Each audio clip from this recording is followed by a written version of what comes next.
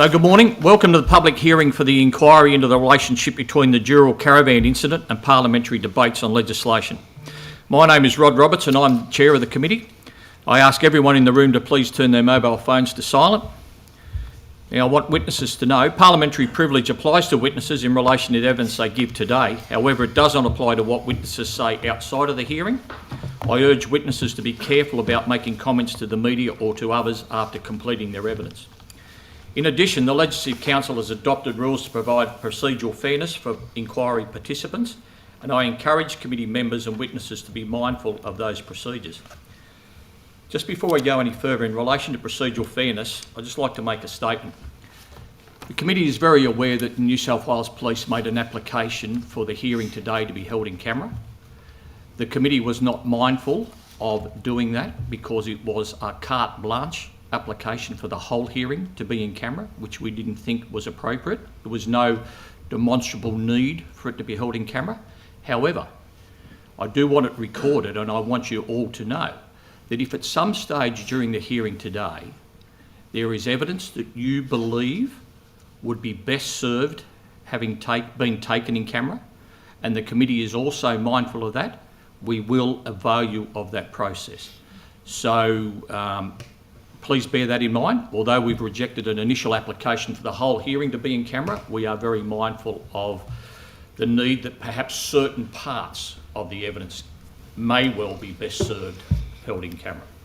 And if that is the case, it is my intention to defer those lines of questioning towards the end of the day, rather than having the room cleared and then witnesses giving evidence and allowing people back in and then going through that procedure on and off.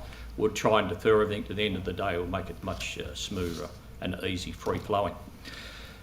Now, thank you very much for attending this morning. Now, could each witness, starting from my left, being you, Mr Hudson, please state your name, position, title and swear over and oath for affirmation. Thank you, sir. My full name is David William Hudson, Deputy Commissioner of Police, New South Wales Police Force. I swear an oath. I swear that the evidence now about to be given by me shall be the truth, the whole truth, and nothing but the truth, so help me God. Thank you. Commissioner Webb. Thank you. Karen Leanne Webb, Commissioner of Police. I'll swear an oath. I swear that the evidence now about to be given by me shall be the truth, the whole truth, and nothing but the truth, so help me God. Thank you. Deputy Commissioner Thurtell. Yeah, Peter Glenn Thurtell, Deputy Commissioner, New South Wales Police. I swear an oath. I swear that the evidence now about to be given by me shall be the truth, the whole truth, and nothing but the truth, so help me God. Thank you.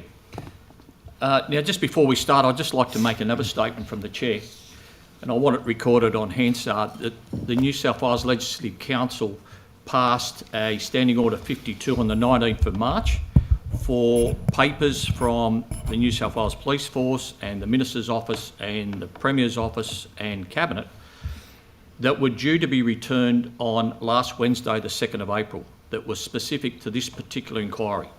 I want it noted that return has not been complied with, and the government has failed to produce those papers by the due date. It is my opinion as chair, not as the committee's view, but my own personal view, that this will hinder this particular investigation. It will prevent certain lines of questioning being asked, perhaps, that could have been availed of today. So I just want that on the record.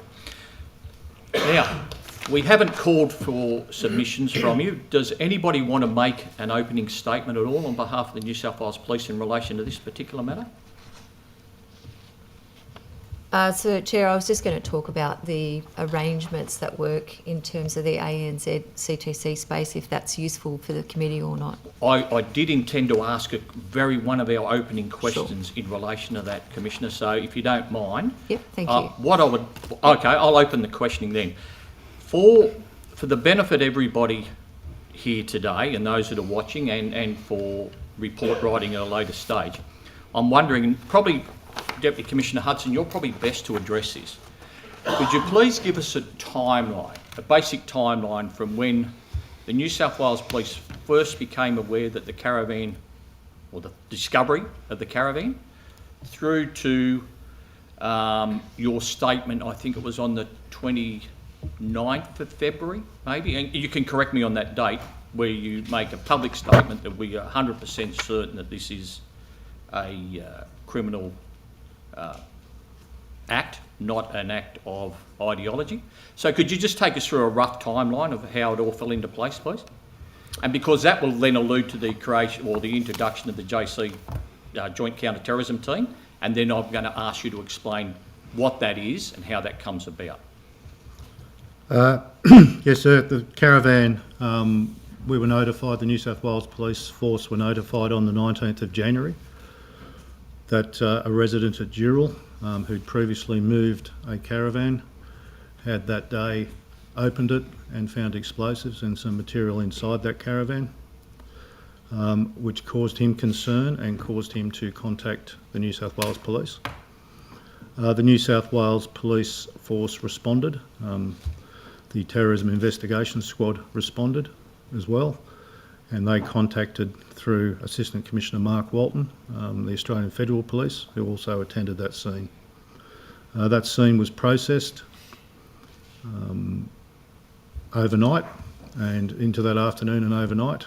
I was contacted in relation to that discovery late that afternoon. Over the ensuing days, based on some reporting that was ingested into the investigation by the Australian Federal Police, a joint or a multi-jurisdictional joint management committee was established under the Joint Counter-Terrorism Team arrangements under the ANZ CTC, which I think first sat on the 23rd of January to consider the evidence, that all the facts of the matter. Subsequent investigations ensued, further reporting through the AFP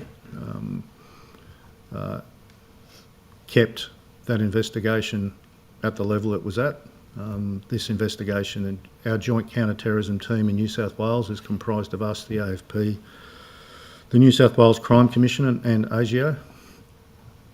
Because of the reporting that was received, it also expanded to include that multi-jurisdictional component of Queensland and Victoria. So subsequent to that, further Joint Management Committee meetings, multi-jurisdictional in nature, were held over the ensuing period. A lot of conversations between myself and the AFP and other agencies, and ultimately on the 21st of February, the Australian Federal Police discredited the source of that information, which allowed us to then merge the operation in relation to Kissinger, to the Caravan, which was Operation Kissinger, and a parallel investigation into other anti-Semitic incidents, Strike Force Pearl, which was conducted solely by the New South Wales Police.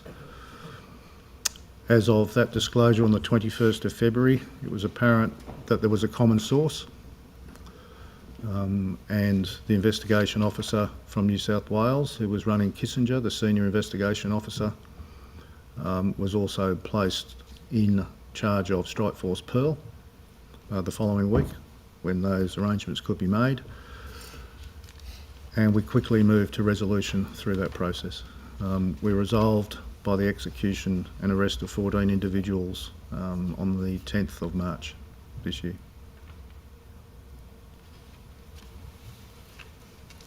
Mm-hmm. You made a press statement, and I don't have the exact date in front of me, but it was towards the very end of February, where it, and again, I'm not saying these were your exact words, I'm paraphrasing, that the police were 100% now convinced that it was never an anti-Semitic attack as such, but it was the furtherance of a criminal enterprise. What date was that? That was at the press conference on the 10th of March. 10th of March. When did you inform the Premier that the New South Wales Police were convinced that it wasn't a terrorism attack as such? My briefings, which were limited, with the Premier I expressed my suspicion over the motivation behind it from very early on. But the reporting received through the Australian Federal Police, which could not be ignored at the level it was being provided, kept it at a level and at a level that needed to be investigated by the Joint Counter-Terrorism Team. Even though it was our belief from quite early on that this was not that, and I won't say con job because that's not a term that the New South Wales Police Force has used. It's used by the AFP. What terminology are you using then? My terminology is a manipulation of the justice system. Because firstly, it's not a term I would use, and secondly, I don't think the New South Wales Police Force were conned.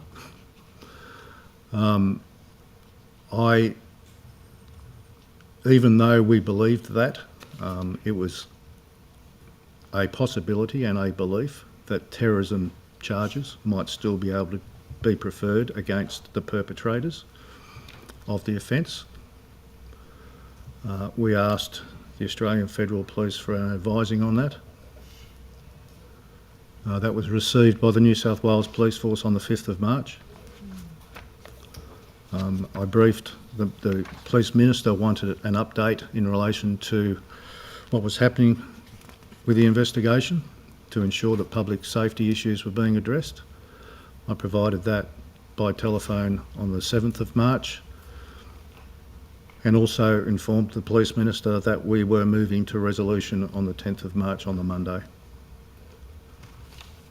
For Strike Force Pearl and the Australian Federal Police, which were assisting as well, were moving to overt activity on the 10th of March as well.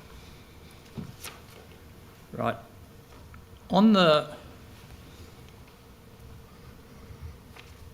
21st of February, did you have a conversation with the Premier or the Police Minister in relation to this matter?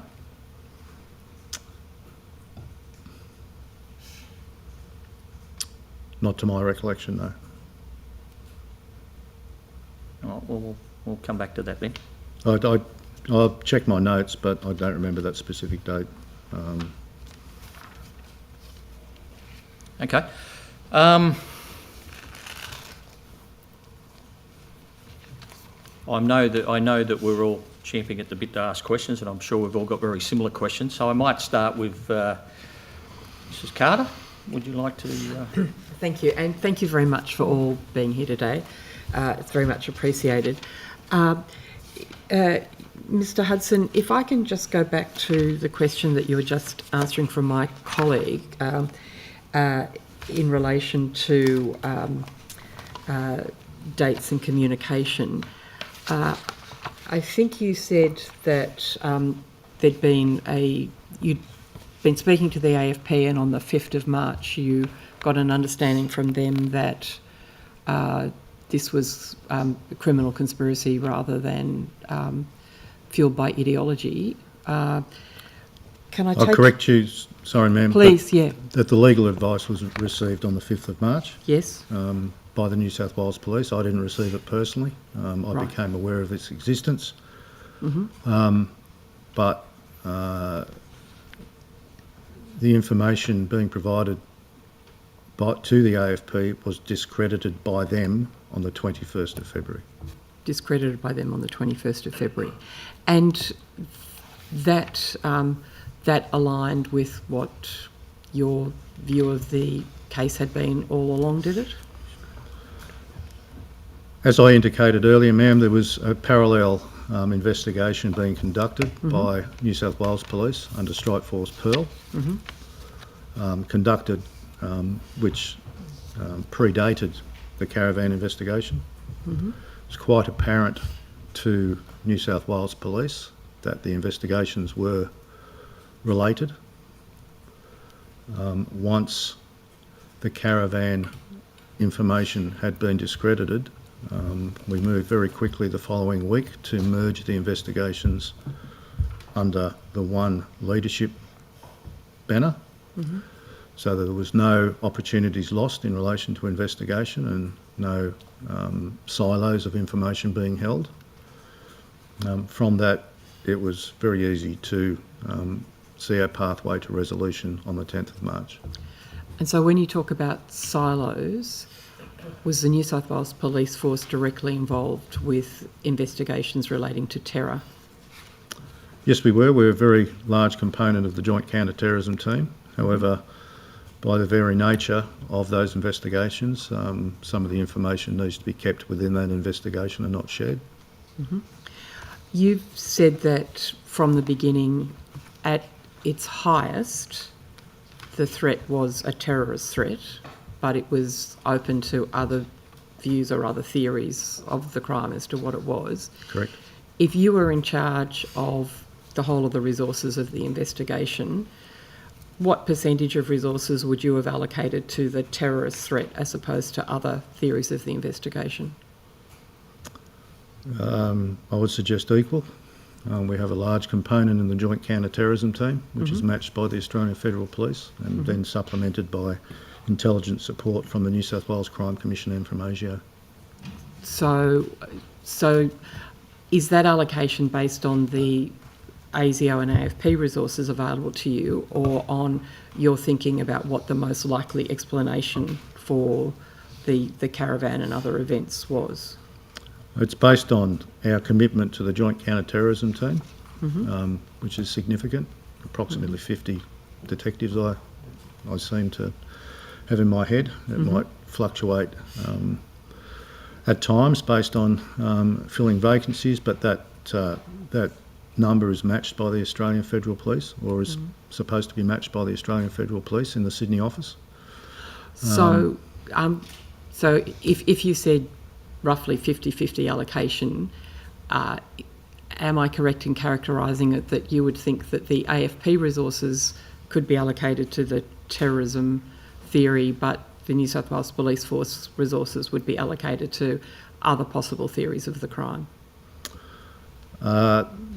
The investigative strategies are up to the Senior Investigating Officer and also the Joint Management Committee, which needs to approve the strategic direction of the investigation. I'm not asking you for information about the strategies that were employed. I'm asking you for, based on your understanding of what was happening, if all other things being equal, if you were the only person and you had 50 detectives available to you, how many of those 50 would you think should have been allocated to pursue the terrorism line, and how many should have been allocated to pursue other possible theories of the crime? I don't think resourcing would have been any different. If I had been solely in charge of the investigation. The information that was being ingested into the Joint Counter-Terrorism team environment had to be investigated at its highest. And the information that was being ingested, was that solely through AFP sources, or was it coming to New South Wales Police Force's sources as well? It was solely through the Australian Federal Police. So New South Wales Police was getting no reports in relation to terrorist events. It was all coming to the AFP. Correct. Okay, thank you very much. And if I can just take you to the transcript from the budget estimates, you've indicated that the New South Wales Police Force received legal advice on the 5th of March that the terrorist theory was discounted, yet you indicated that the information, and I'm quoting from you, the information being ingested into the Joint Management Committee was discredited on the 21st of February. That's correct. So can you tell us, the Management Committee knew on the 21st of February that it was not a terrorist plot, but it took until the 5th of February for that legal advice to be prepared by the AFP, is that right? The 5th of March, we'd asked for that Sorry, 5th of advice March, on the pretext that even though our suspicions were that it was not a legitimate terrorist plot, that our question was whether we could still charge with those responsible with terrorism offences. Right. And that was what the legal advice was. And that was what the legal advice was based on, knowing that it was no longer a threat of terrorism, but whether those who orchestrated the event could be charged with a terrorism incident. Great. Thank you. Ms Higginson.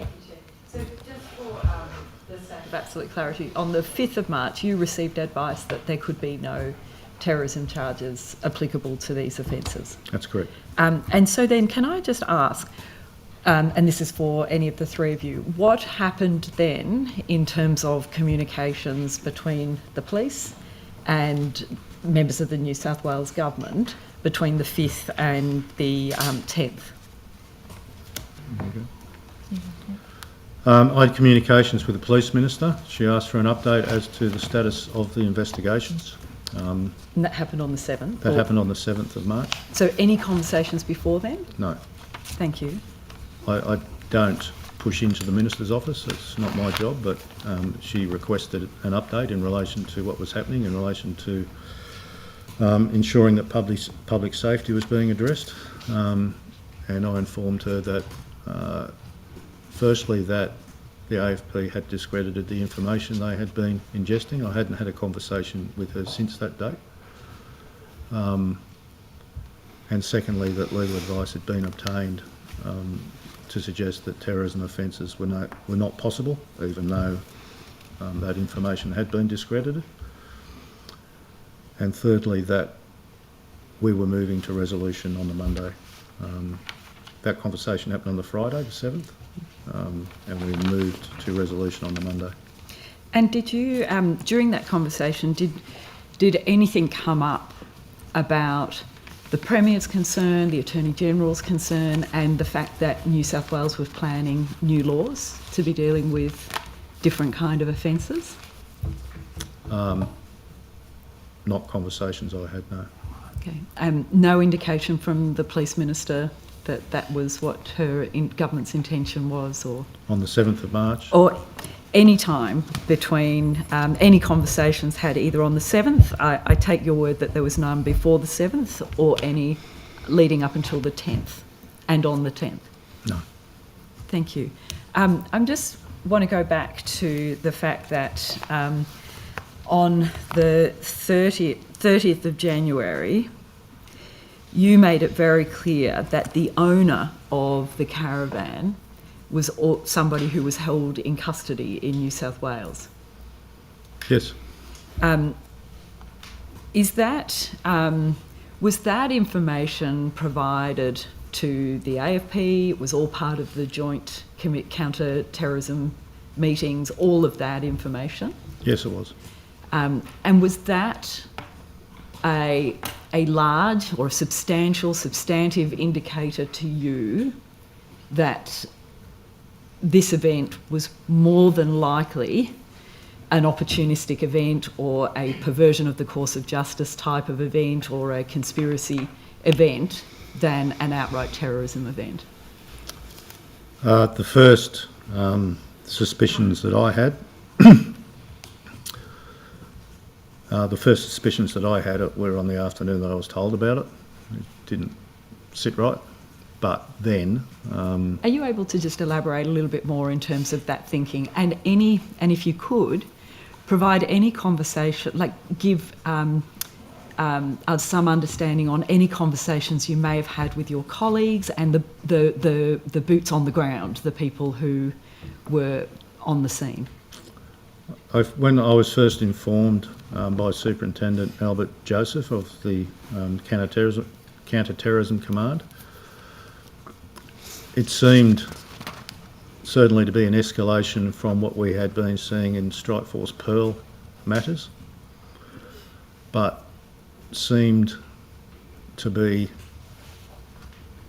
too obvious in relation to explosives, notes of potential targets, and just very unusual, which we discussed. It was very quickly identified, either that night or the next day, that the owners of that caravan were targets and had been charged under Strike Force Pearl, which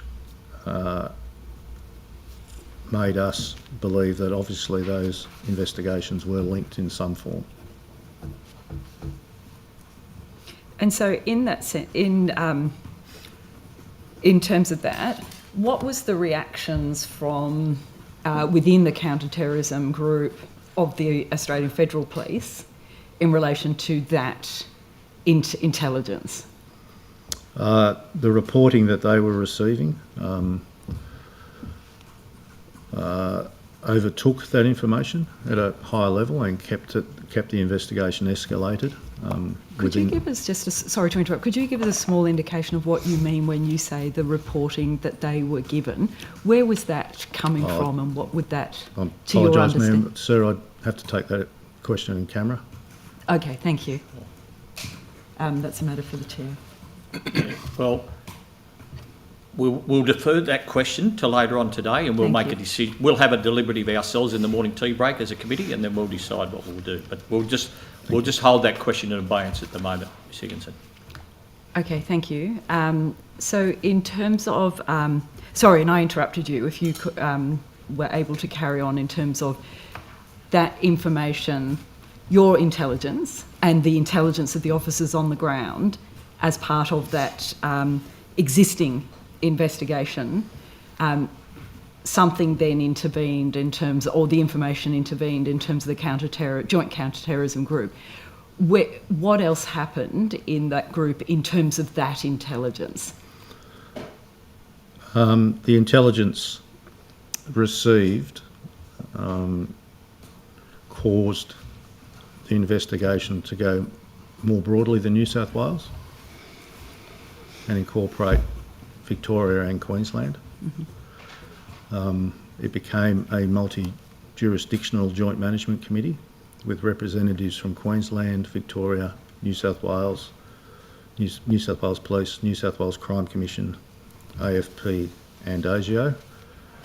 As the current protocols dictate, a multi-jurisdictional joint management committee is chaired by the Australian Federal Police. And that was the process that was established to investigate the Caravan or Operation Kissinger.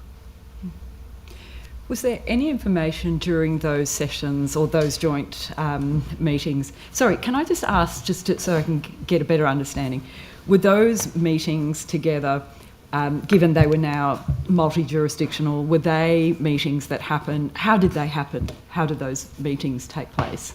It's over a secure network.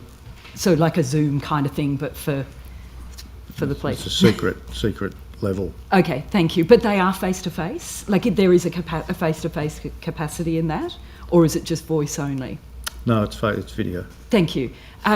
So as part of that and those briefing sessions, was there any discussions within those about government ministers' advice being provided or the requirement to provide advice back to government ministers in those jurisdictions? The only discussions that came up, and I'm not too sure, I wasn't in all of the Joint Management Committee meetings. Deputy Commissioners aren't required to attend. It's an Assistant Commissioner level, but subsequent to Strikeforce Sills, which was the airport investigation in 2017, the protocol was changed to allow deputies to attend those meetings. Basically on the basis that Assistant Commissioners don't really want to make decisions that are then overturned once they leave that meeting by their deputies or commissioners, because it doesn't suit one of the agencies. So deputies are involved when required. I did attend some of those meetings, but not all of them. The only conversations that I had with the AFP, and I think they were outside of that environment, was following the 29th of January, when there was an article in the Daily Telegraph and also reported in other media sources about the Caravan's existence, that the Premier and I did a press conference and he said that he had been briefed, and the AFP questioned me on that, when did I brief the Premier, but that's the only conversations I've had with them about. whether politicians were briefed. It was in relation to that initial discovery. And just for the clarity of now, when did you brief the Premier in the lead up to that 29-1 press conference?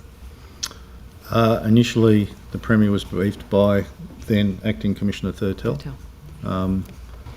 And then there was a briefing on the 21st of January.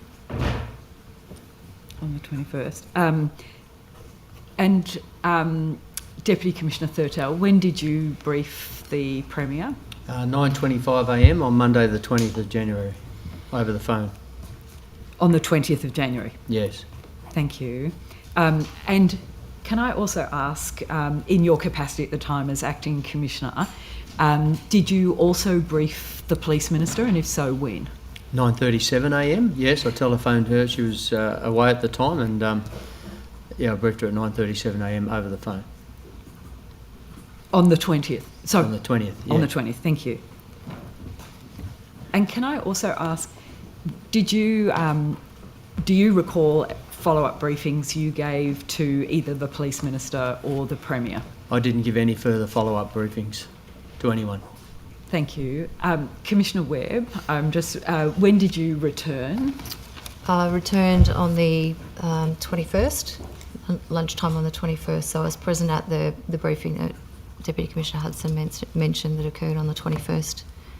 Thank you. And so then, and did you provide any further briefings to the Premier and the Police Minister between the 21st and the 7th of March? We did have scheduled briefings as updates, the Deputy Commissioner and I, so I can provide those. I just don't have them in front of me immediately, but we had scheduled meetings. Thank you. I would, if you could provide those. Can I ask all of you, is there any particular reason you didn't come today with notes? Is that because, is there any particular reason that you don't have documents that you can refer to? We've I'm not Yeah. sure I need them. No, I gather that. And some of our, we'd prepared responses to the SO52s and they're all in that material, so it's probably, I can get that reasonably easily Thank you. for you. Wow. And you could be... There's only a couple of documents that were relative to me, and I read them just to get the information out of them. Yeah. And no particular reason, No. just didn't believe I need them. Thank you. I was just very curious. I've come with bundles. Back to you. I might just go to the government for a moment. Mr. Nen, you have a question? Thank you, Chair. So just in terms of the briefing of the Minister and the Premier in the first instance in the 20th or the 21st of January? 20th. The 20th of January. They were both advised that the JCT was involved in the investigation. Yes? So presumably that would indicate in the first instance that the event had to be taken seriously in the first instance as a potential form of violent extremism or terrorism. Yes, that's right.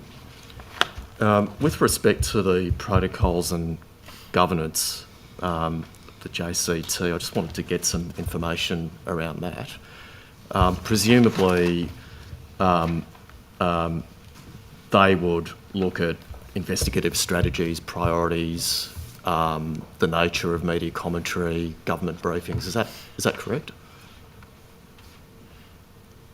Is that correct? Question directed to me, sir? Yeah. I'm not too sure if government briefings came up as part of the Joint Management Committee meetings that governs the direction of the Joint Counter-Terrorism Team investigation. Certainly strategies in relation to investigation and process.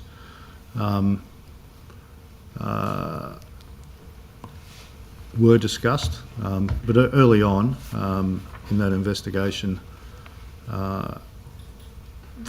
when I did attend one of those meetings, I think one of the first ones on the 23rd of January, very soon after its establishment, or perhaps the very first meeting, we weren't that satisfied with the direction of the Joint Management Committee meeting about the structure of it, about the fact that they didn't have an coordinating senior investigating officer to coordinate the different jurisdictions, which is an option under the multi-jurisdictional JMC arrangements. So we flagged that with the Australian Federal Police, which was subsequently appointed. We also sent one of our superintendents to Canberra, who was a very experienced counter-terrorism investigator, to assist them in establishment of some of the structures and protocols that were required for this type of investigation. Is it fair to say that if a particular incident or investigation needed to be kept out of the public domain, that would be a collective decision of the JMC or the JCT? Whilst the investigation was ongoing, we considered that's correct. There was no threat to public safety. We had mitigated that. We were quite confident we had mitigated that.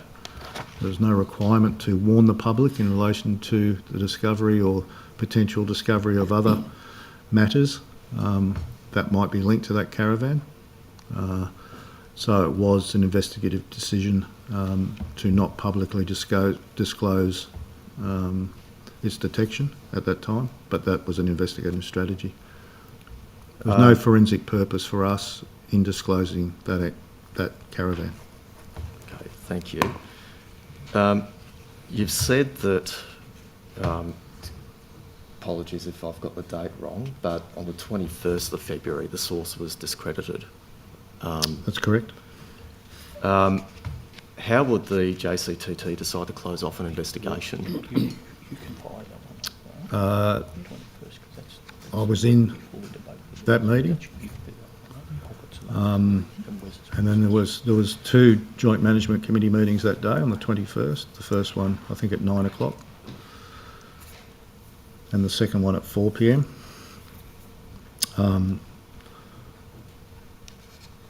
Where once that disclosure had been made, it was quite evident to me that the investigations in relation to the caravan under Operation Kissinger and the investigations of Strike Force Pearl should be merged in some regard, and that was discussed at that joint management committee, that we would put our efforts into resolving the incidents on the ground, and the Australian Federal Police and other Commonwealth agencies should focus on the source of their information. Notwithstanding your suspicion that this whole incident was a criminal enterprise, I'm going to read a statement from the AFP Deputy Commissioner Chrissy Barrett at the press conference of the 10th of March, where she stated the JCTT discussed providing this information early to the public. However, during our investigations, we continued to receive tip-offs about other terror plots related to this matter. Out of an abundance of caution, it was agreed by all agencies that the operation would remain a JCTT investigation. While we were confident these tip-offs were fake, we could not risk ignoring the information provided, and we kept investigating at the highest level. That was your position as well, and the New South Wales Police's position?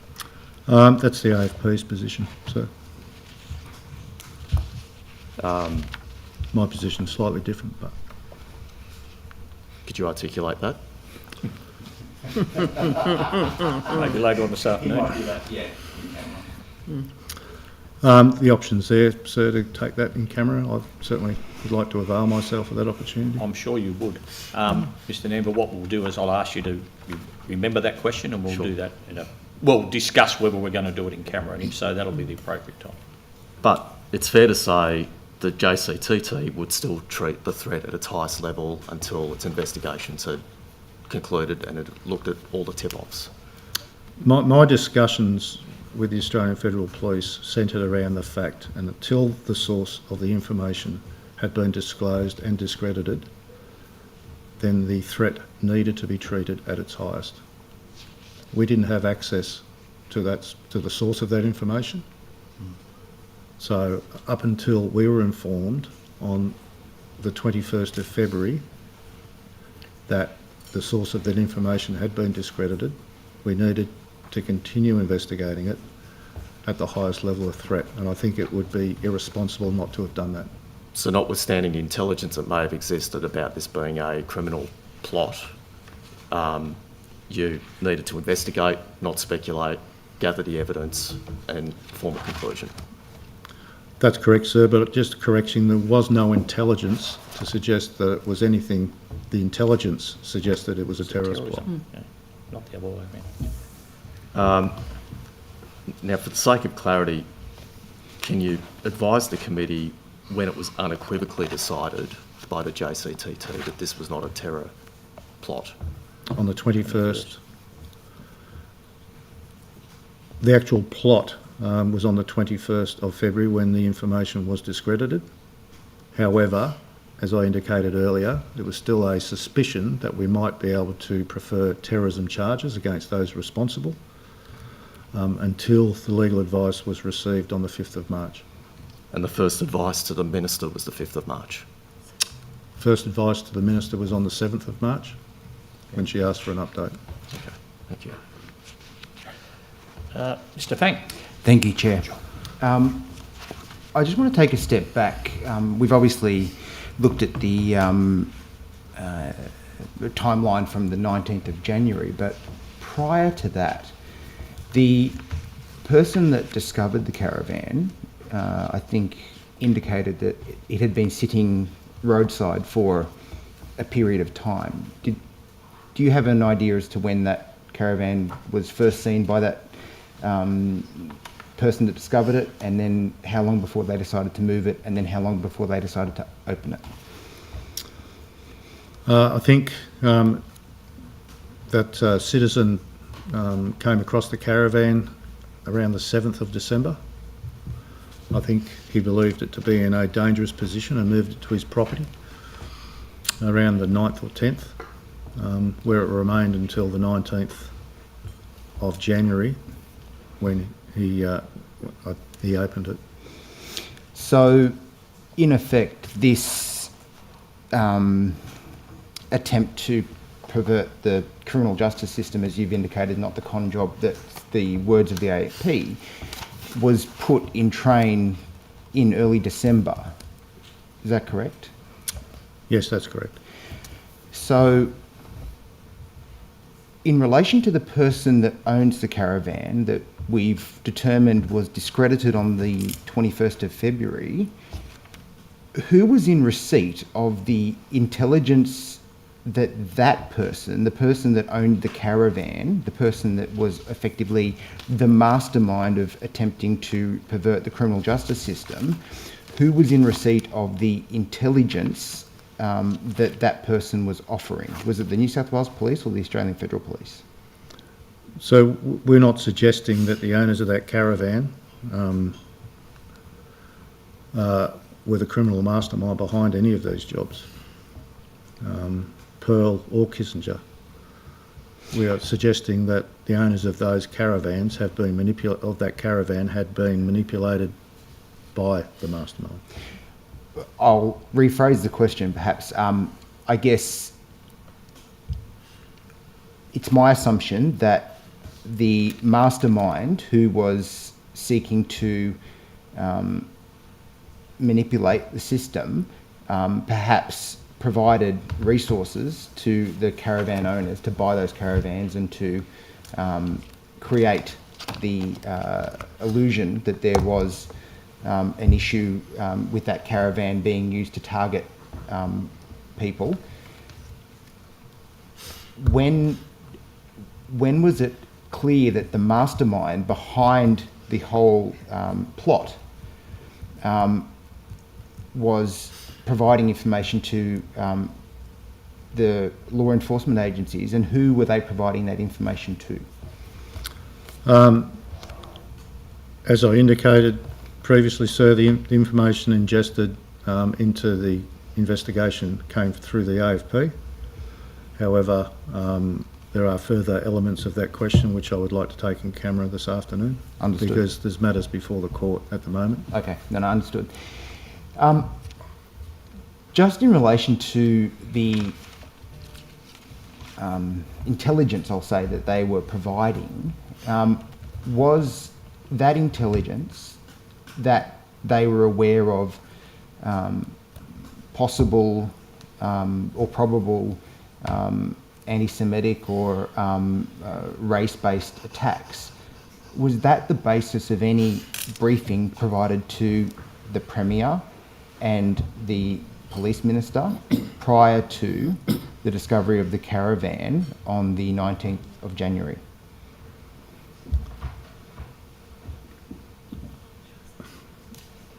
Pardon me, sir, was your question whether information in relation to the purpose of the Caravan had been relayed to the... Let me. Prior to our finding, we were unaware of the discovery of that Caravan until the 19th. No, I appreciate that. I guess what I'm seeking to understand is, and in my head I've built a picture that there's somebody that's seeking to receive either a more lenient sentence or more lenient conditions in relation to possible charges or possible convictions that they may receive in the future, and therefore they're providing law enforcement with evidence to try and assist in other matters so they can get leniency. Now, was that matter that there was somebody providing information about possible anti-Semitic attacks or possible, terrorism attacks, was that ever a briefing that was provided to the Premier or the Police Minister prior to you discovering the Caravan? So are you asking if we believed prior to the discovery of the Caravan that the incidents were orchestrated by other elements apart from being anti-Semitic? Well, I would Is be that your interested to question? find out that answer as well, but were you providing a brief to the Premier or the Police Minister that there was somebody that was providing intelligence to law enforcement about possible anti-Semitic attacks in New South Wales? Or terrorism attacks, I should also say. No, we didn't, because prior to the 19th of January, we weren't receiving any intelligence or reporting through the Australian Federal Police Okay, or other sources. So that person, the mastermind, was providing that intelligence or that those leads to the Australian Federal Police, not to the New South Wales Police. Is that correct? That's correct. Okay, so they're tipping off the AFP, so the AFP should have been aware of those matters. You've discovered the Caravan prior to any information from the AFP about the source of possible terrorism or anti-Semitic attacks.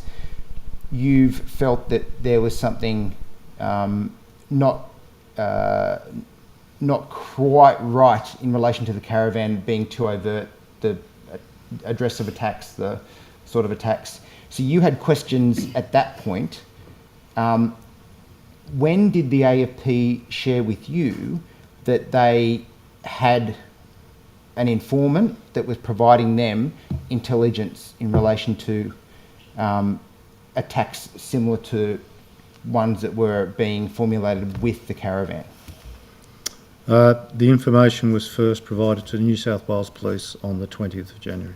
Okay. So you've now got, I guess, two avenues where you've got concerns. You've got the overt nature of the Caravan and the information inside of it that doesn't seem quite right and doesn't sit right with you. You've got the AFP that's providing intelligence from somebody that's seeking to get a more lenient sentence or a more lenient conditions in relation to potential charges or convictions that are coming up. Did that form the basis of the briefings that were provided to the Premier and the Police Minister on the 21st of January?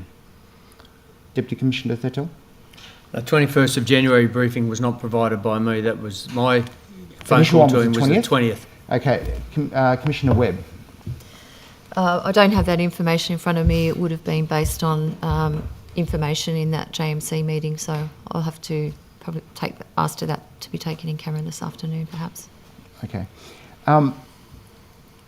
This is the last question, I'll hand over then to somebody else. When was it provided to the Premier and the Police Minister that there was, in all likelihood, a link between the informant that was providing information to the AFP in order to receive leniency and the Caravan matter, and that this could be something that was orchestrated in order to achieve an outcome for that mastermind? When was that explicitly communicated to the Premier and the Police Minister? The possibility of other options rather than being a terrorist attack were provided to the Minister and Premier quite early, but whilst the reporting was continuing, we could not discount that and had to investigate that at its highest. I might correct you just on one point, sir, if that's Yes, all right. please. The New South Wales Police Force were totally unaware of the motivation behind the information being fed. You said it might have been to receive some assistance in some form. We were not told.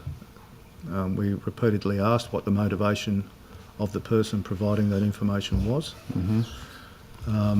However, their internal policies prevented them from doing that. When were you advised then, Deputy Commissioner Hudson? On the 21st of February. So you asked for more than a month and the AFP withheld the motivation for the informant providing that advice? From me, sir, based on our repeated requests, the Senior Investigating Officer from New South Wales, who sat over the top of that investigation, was informed at some stage. I think it was around the 10th of February. However, he was forced to sign a non-disclosure agreement. That's extraordinary, Deputy Commissioner Hudson. Ms Sue Higginson is gently prompting me to ask the name of the person who was asked to sign the non-disclosure agreement. And so therefore, in order to assist my colleague, I will ask the question, as she could have just jumped in. Just based on the way this line of questioning is progressing, I would prefer to take that in camera this afternoon, if that's all right. Thank you. Okay, Mr Ruddick. Thank you, Chair. Thank you for joining us. And Deputy Commissioner Hudson, I have a question. On the 10th of March, the Australian Federal Police unequivocally said about the Caravan incident that it was a criminal con job. Now, I prefer your language that you've used this morning, which was a manipulation of the justice system. But is it fair to say that since that Caravan incident has been exposed as being bogus, that there has been a cessation and an ending of high-profile anti-Semitic attacks in the city, at least for now? That's correct, sir. In fact, since the 2nd of February, when we started making initial arrests in relation to Pearl, prior to the resolution on the 10th of March, but we were making arrests along that pathway and identifying individuals through Pearl. The links to those jobs became more apparent because of that, because of the cessation of incidents as we were arresting offenders. But certainly since the 10th of March, the resolution, there has been no major... But you're saying since early February, this city has not had look, I'm sure anti-Semitic events happen every day, but ones that actually make the media and that you would investigate. We haven't had anything significant since early February. There hasn't been anything that fitted the criteria of Strikeforce Pearl, the terms of reference, to be captured under that investigation since the 2nd of February. Okay, now I apologise, 2 nurses from Bankstown Hospital. Oh, yes, of course, yes. Were investigated by Strikeforce Pearl. Yes. Okay, now on the 12th of March, the Police Minister told Budget Estimates that since the Hamas attacks in October 2023, that there has been 700 anti-Semitic incidents that the police have been at least made aware of, and some they've investigated. So does that figure sound accurate to you? I believe those numbers are captured by Strikeforce Shelter. Okay. Strikeforce Shelter was established on the 11th of October 2023 to be a central point of capture, us being of the belief that based on the incidents in Gaza and the potential retributions in relation to that we needed a central point of capture to coordinate taskings against religious places, both Jewish and Islamic, schools, both Islamic and Jewish, and capture incidents that might be need some form of coordination for investigation. Okay. Since that time, I believe there have been 700 incidents captured on that system. I don't believe they are all anti-Semitic. I believe some are anti-Islamic as well. I see. But Well, look, there is a number of 700 which I don't actually control. Mr. Thurtell does through field operations, but I believe there is a database or spreadsheet that captures over 700 incidents on shelter. But that isn't that. So that's news. So that is not just anti-Semitic attacks. That is also what I refer to as Islamophobic attacks. That's my database. understanding. Yes, Okay. Mr. Thurtell. But look, might be no one would doubt that in the last 2 years, this city has experienced an escalation in anti-Semitic incidences. But the highest profile one was the Caravan incident. But what I am unclear about, what I think is vague, and I'm hoping you can sort of help us understand it better, is that over the weekend I went through a lot of newspapers over the last 6 months. The first sort of high-profile anti-Semitic attack was on the 13th of October, which involved an abusive note being sent to a Jewish-owned bakery in Sydney. That made a lot of news. And then, now I don't suspect that would be part of this manipulation of the justice system, but it then did escalate over November, December, January. So, and I've got a lot of these reports here, these media reports. At what point did it move from being a bona fide anti-Semitic attack to being part of this manipulation of the criminal justice system? I mean, like, so everyone agrees that the Caravan incident was a manipulation.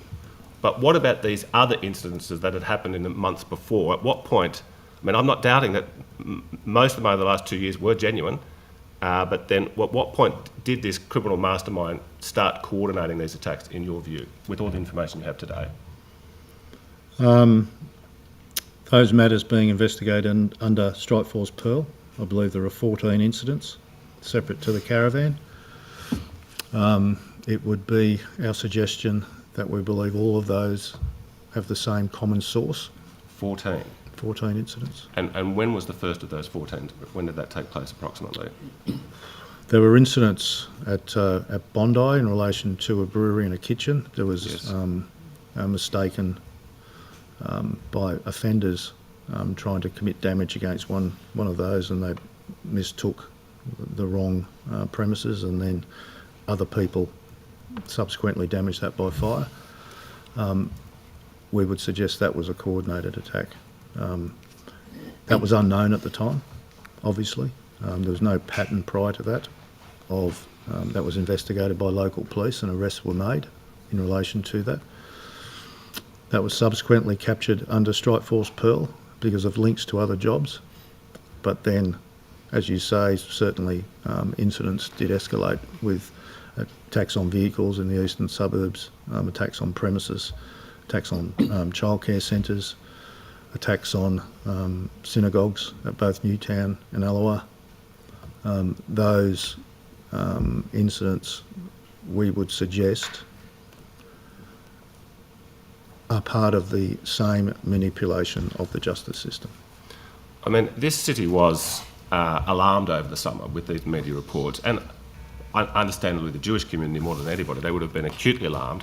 And so looking back, we're saying that this criminal mastermind was involved in 14 of these incidences, which is pretty alarming. But and we can now say, looking back with what we know today, that it's very likely that 14 of these were linked to the mastermind. But at what point, approximately, did you start to have serious reservations? Look, this may be a criminal enterprise and not what it appears to be at face value. Like, was this something that happened in December or January, or was it only something that happened when the Caravan incident fell apart that we then started to think, gee, maybe several of these other incidences have also have this common origin?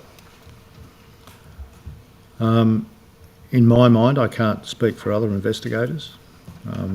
We realised in late December that the matters needed some level of coordination, and therefore Strikeforce Pearl was commenced at my instigation, and Counter-Terrorism Command took those investigations.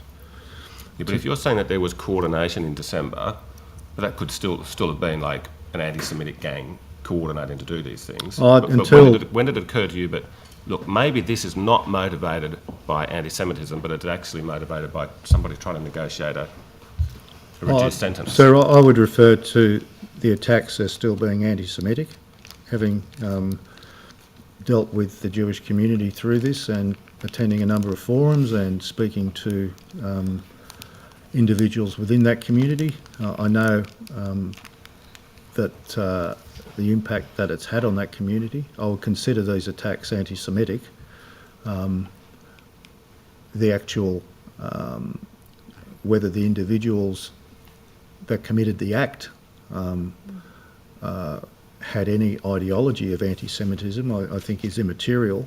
The Jewish community was being targeted, which I believe is anti-Semitic.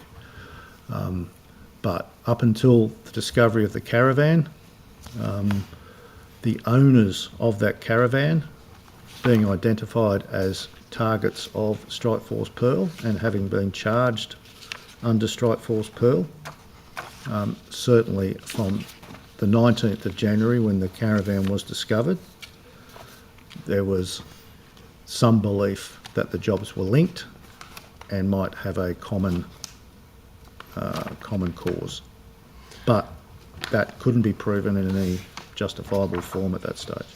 So media reports have said that the mastermind is an Australian on the run and apparently living now in Turkey.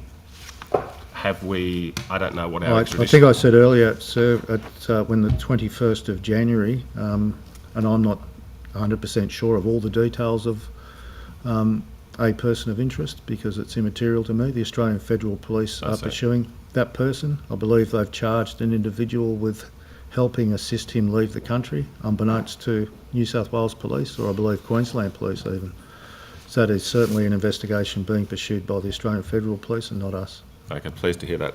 And one last question, Chair, at this stage. So I have a question for Deputy Commissioner Thurtell. So I appreciate you keep your records very careful. You said on the day after the caravan was first discovered, so on the 20th of January, you've rung the Premier early in the morning, you've rung the Police Minister early in the morning, you're doing your job, you're outlining, look, that this incident has happened.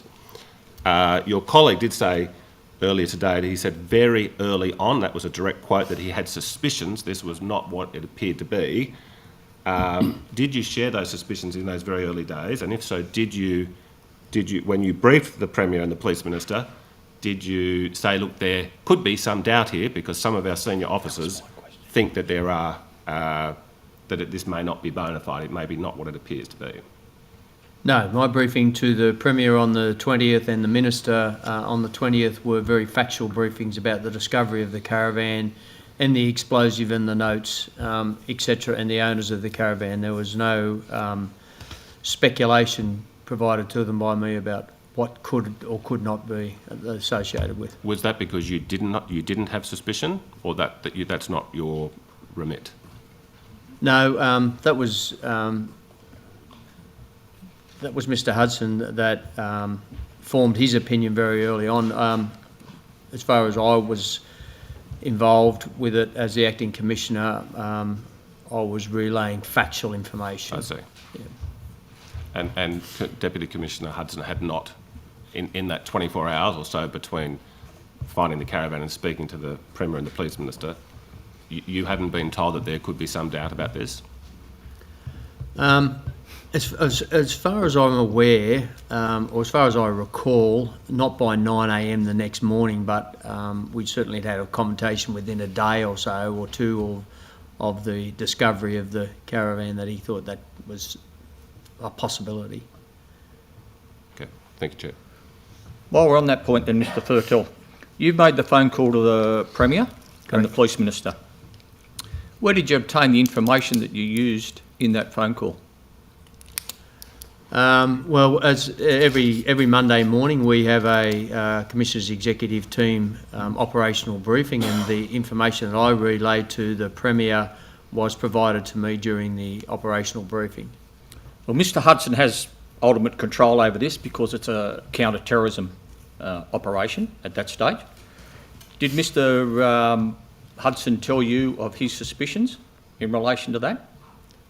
I don't think so by 9:25am, but sometime in the day or so after that, I think we had a brief discussion about it. So did you, before you rang the Premier, bearing in mind that Mr Hudson's in control of this, did you seek a briefing from him as to the full facts surrounding the discovery of the Caravan? Mr Hudson was in the operational briefing with me, and we'd had quite extensive conversations leading up to this. But as I said, at that stage it was being dealt with on its facts. Well, I understand that. Facts are facts, right? But Mr Hudson is on the record, and we'll come to that later, saying that as of the 19th, the day of the discovery, he had his suspicions already. So you're telling me that one Deputy Commissioner doesn't tell the next Deputy Commissioner, listen, this is the facts, however, my suspicions are, and my suspicions are grounded for these reasons, that this may well be part of a criminal manipulation. He hasn't told you that at all? Not as far as I recall, but as I said, that was early on in the investigation and early on in our information, bearing in mind we'd only discovered it as an executive team that morning before our 8:30am briefing, and it was purely dealt with on the facts of what had been discovered. Righto. Well, let's play along that line then. Let's go with that. We'll come back to Mr Hudson and that in a minute. Later on that day, though, it's now discussed with you. Is that right? Look, I don't recall the exact time. If I had to estimate, I think it was the following day-ish. Okay. Well, let's go with that. Exactly right. Let's not split hairs over it. The following day, Hudson then tells you, listen, we have grave suspicions about the motivation behind this Caravan. Is that a fair summation? No. It's not? What did he say then? Fair summation. What did he say? Look, I don't want to put words in Mr Hudson's mouth, but it may have been along the lines of we don't know about the motivation of the person that's providing this information, or what is the motivation of the person providing this information, not... I didn't ask about the information, enough. Mr Thurtle. I didn't ask about the information. He had his suspicions around the Caravan itself. Yep, that's what I'm relayed to you. My discussions with Mr Hudson were him, as far as I recall, I stand to be corrected, Mr Hudson might... You'd have notes correct on me. these conversations? Beg pardon? You'd have diary entries on No. these conversations? No. None at all? No. So we got a Caravan loaded with explosives, being considered at its highest a terrorism threat. There's no notes, no record of the conversation. You know, I've no got diary entries of phone calls with of the fact that we attended the operational briefing on the Monday morning, the fact that it had been discussed, the fact that I'd contacted the Premier that morning, the fact that I'd contacted the Police Minister that morning, but not word for word relaying of what information I had. When were you made aware then that there was grave doubt around the motivation behind the finding of the Caravan? I think I would suggest that probably in the week or two afterwards, after the discovery of the Caravan, that it had escalated from, I wonder what the motivation of the informant is, to there's now stronger information to suggest that the motivation of the informant places doubt on the actual discovery of the van and what was likely to the reason behind it being placed there. Okay, you weren't the Commissioner then though? No. Okay. Commissioner Webb, when were you first informed of the grave suspicion that Deputy Commissioner Hudson had around the authenticity of the Caravan? So certainly I came back to work on the 21st and was present for the briefing with the Premier, etc. on the 21st. I guess as a detective, early on it didn't seem quite right that there was a Caravan that was just happened to be discovered, with explosives and with notes and, not too carefully hidden or or secreted, I think. But ultimately, the issue was about we were relying on the information from the AFP, and without being able to test that information, we had to take it at its highest. Yeah. No, but nobody's disputing that, right? No. You have to do that. If it turns out to be serious and you haven't taken its That's highest, exactly right. we're having another inquiry into something completely different. Exactly. So nobody's disputing that. When did you find out, though? When did Mr Hudson confide in you the suspicions that he held on the 19th of January that it wasn't quite right? I don't know the exact date, but I certainly formed my own view early Yeah. on. Again, As a result of what he told you and what other information was at hand? what I learned myself, of course. But as I said, we were relying on the JMC and the Yeah, work yeah. there. Yep. I understand that. When Yep. did he tell you? When did you form this opinion? Not long after I came back Okay. to work. I can't give you the Righto. exact date. Okay. Then did you ring the Premier and tell him then? In our briefings, and as I committed earlier, we'll get the dates of those briefings that we talked about, our concerns about this investigation, but Yep. we reiterated that we had to take it at Take its it at its highest. highest. We know Yeah, that. yeah. We know that. I'm not Yeah. asking that. No, right? but I think that's important to note, well, though, because that's... It is important, and we Yeah. note that, Yeah. and we know that, and we applaud you for that, right? That's what you have to do. Sure. That wasn't what my question was. My question was, when did you tell the Premier that the New South Wales Police, at its upper echelon, you and Dave Hudson, had fears that this was not a legitimate terrorist attack? Well, I don't... Early think- on in the piece, according to your words. Yeah, I wouldn't have expressed it as, not as a legitimate. Always, I had some concerns early on about what the motive was behind it. Right. So you told him, though, that We there could be expressed other motives concern. other than terrorism. Well, I think the inference was, again, based on that we couldn't test the information. So we weren't able to give any guarantee one way or the other. Yeah. Nobody says that. No, We're no, not but I saying you think that's discredited it important. or you confirmed it. We're just saying, did you relay your suspicions to the Premier? I directly recall relaying to the Premier and the Minister our concerns that we weren't able to test the veracity of the information. Right. Did you also tell the Police Minister? She was present in those briefings. Right. Who else was present in those briefings? There was generally just the Premier and the Minister, and on occasion maybe his Chief of Staff, and on occasion the Secretary for the Premier's Department. Right. So we know from budget estimates that Kate Maher was present at one of those? I know that was said at budget estimates, I just don't recall that she was there. Well, she said she was there. So Yeah, I understand we assume that. we'll accept that Yeah. on face value. I think she was relieving for Mr Draper at the time. Righto. Mr Hudson, you told me at budget estimates in my questioning, and if I can just refer to the page. These are your words, and I have a copy of it here. I know you gave true and legitimate evidence, so you'd have no doubt that I'm not misleading you. Your answer was, if you ask me when I had suspicions, sir, I had them on the 19th of January when I got told about it. We're talking about the Caravan itself now.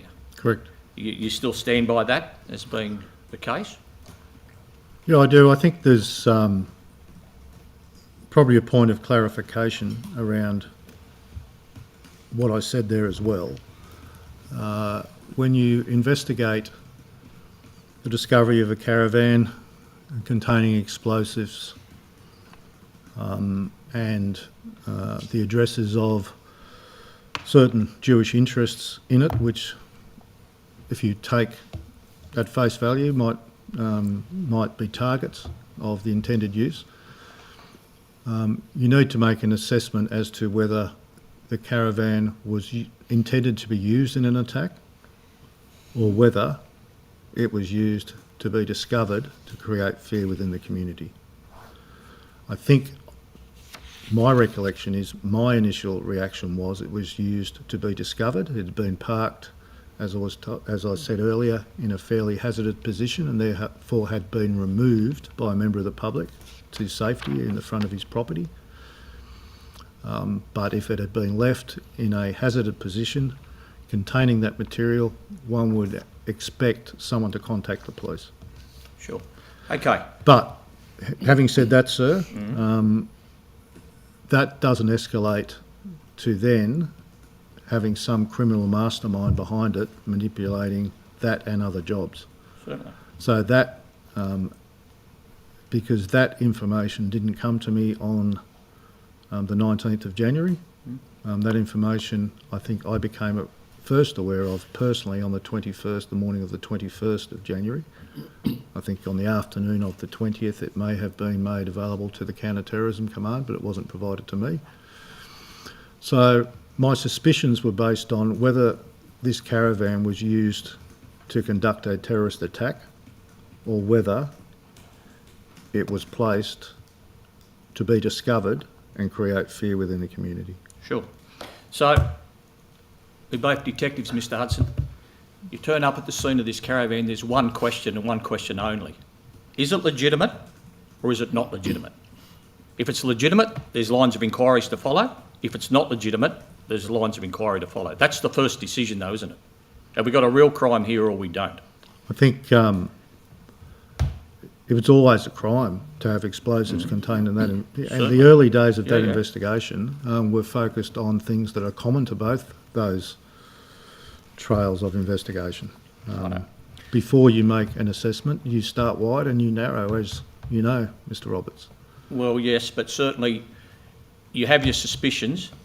There's a number of, any crime, there's a number of hypotheses, but you focus on the more likely one. You don't forget about the others, you eliminate them, but you concentrate your efforts on what you think to be the case, correct? The first few days of that investigation were focused very much on searching, forensic analysis, doing all the things that were common to any potential motivation behind its placement, rather than pursuing any particular line of inquiry. That particular line of inquiry surfaced once the reporting was received from the AFP of an avenue that had to be followed, and that was, as I said, I think provided to the counter-terrorism team within 24 hours of the discovery of the caravan, and to me the next morning, on the morning of the 21st. Okay, so let's go back again to that answer you gave me. If you asked me when I had my suspicions, sir, I had them on the 19th of January when I got told about it. Yes. Why did you form that opinion on the 19th of January? Because I think there are alternate options to, and as to whether that caravan containing explosives and potential targets was to be used as a vehicle to commit a terrorist attack. They were my suspicions. It seemed unusual to me that that would be in that way. Yeah. I was initially of the opinion that the caravan had been placed there to cause fear within the Jewish community, not to commit a terrorist attack. Certainly. Well, let's put that into percentage. What percentage were you? I'd be guessing, sir, but... Well, you're a very educated man and you don't speculate, you investigate. I do. I know. Quoting your own words from a press conference. So, That's right, sir. Well, no. And as it turns out to be, Deputy Commissioner Hudson, your suspicions were correct from the very get-go. So congratulations on your investigative skills. What percentage level did you have that this is legitimate or not legitimate on the 19th of January? Look, I think if you're talking about whether the caravan was intended to be used in the commission of a terrorist attack... Yes, that's the question. What percentage? Versus the percentage of it was there to create fear or further a criminal enterprise. On the first night, it seemed suspicious to me. In discussions with other members of New South Wales Counter-Terrorism Command, we tended to agree with that. But then the reporting that they received that afternoon and myself the next morning from the AFP balanced that out, that it couldn't be excluded that a terrorist attack was the intended purpose of that caravan. Very nice answer, Mr Hudson, but you didn't answer my question.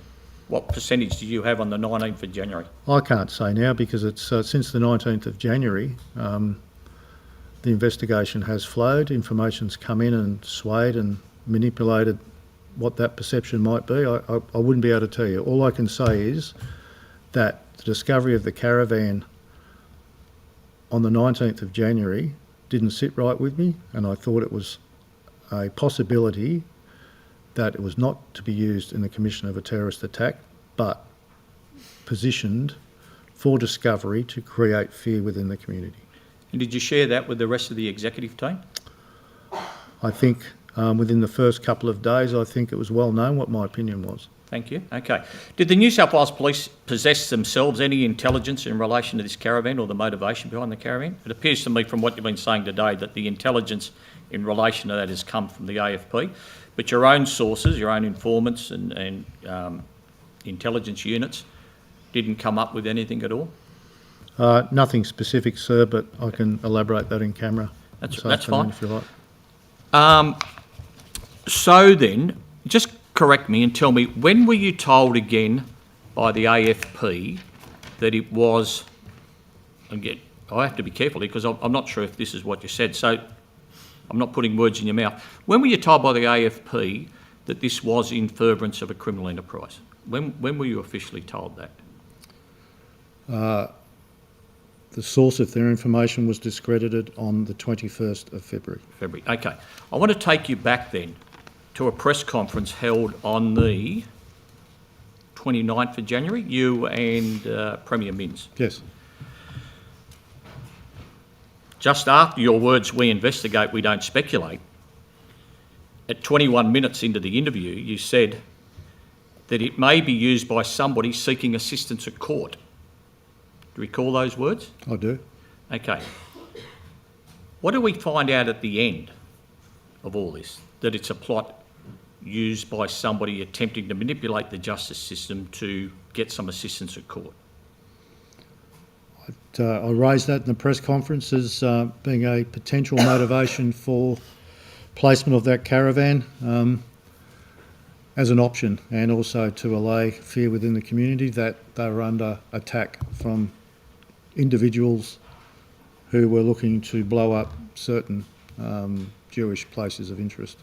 Why did you, if you put that forward as a proposition, which in turn is correct, right, it is correct, why didn't you put forward the proposition, oh, well, they might be doing it for financial reward or something else?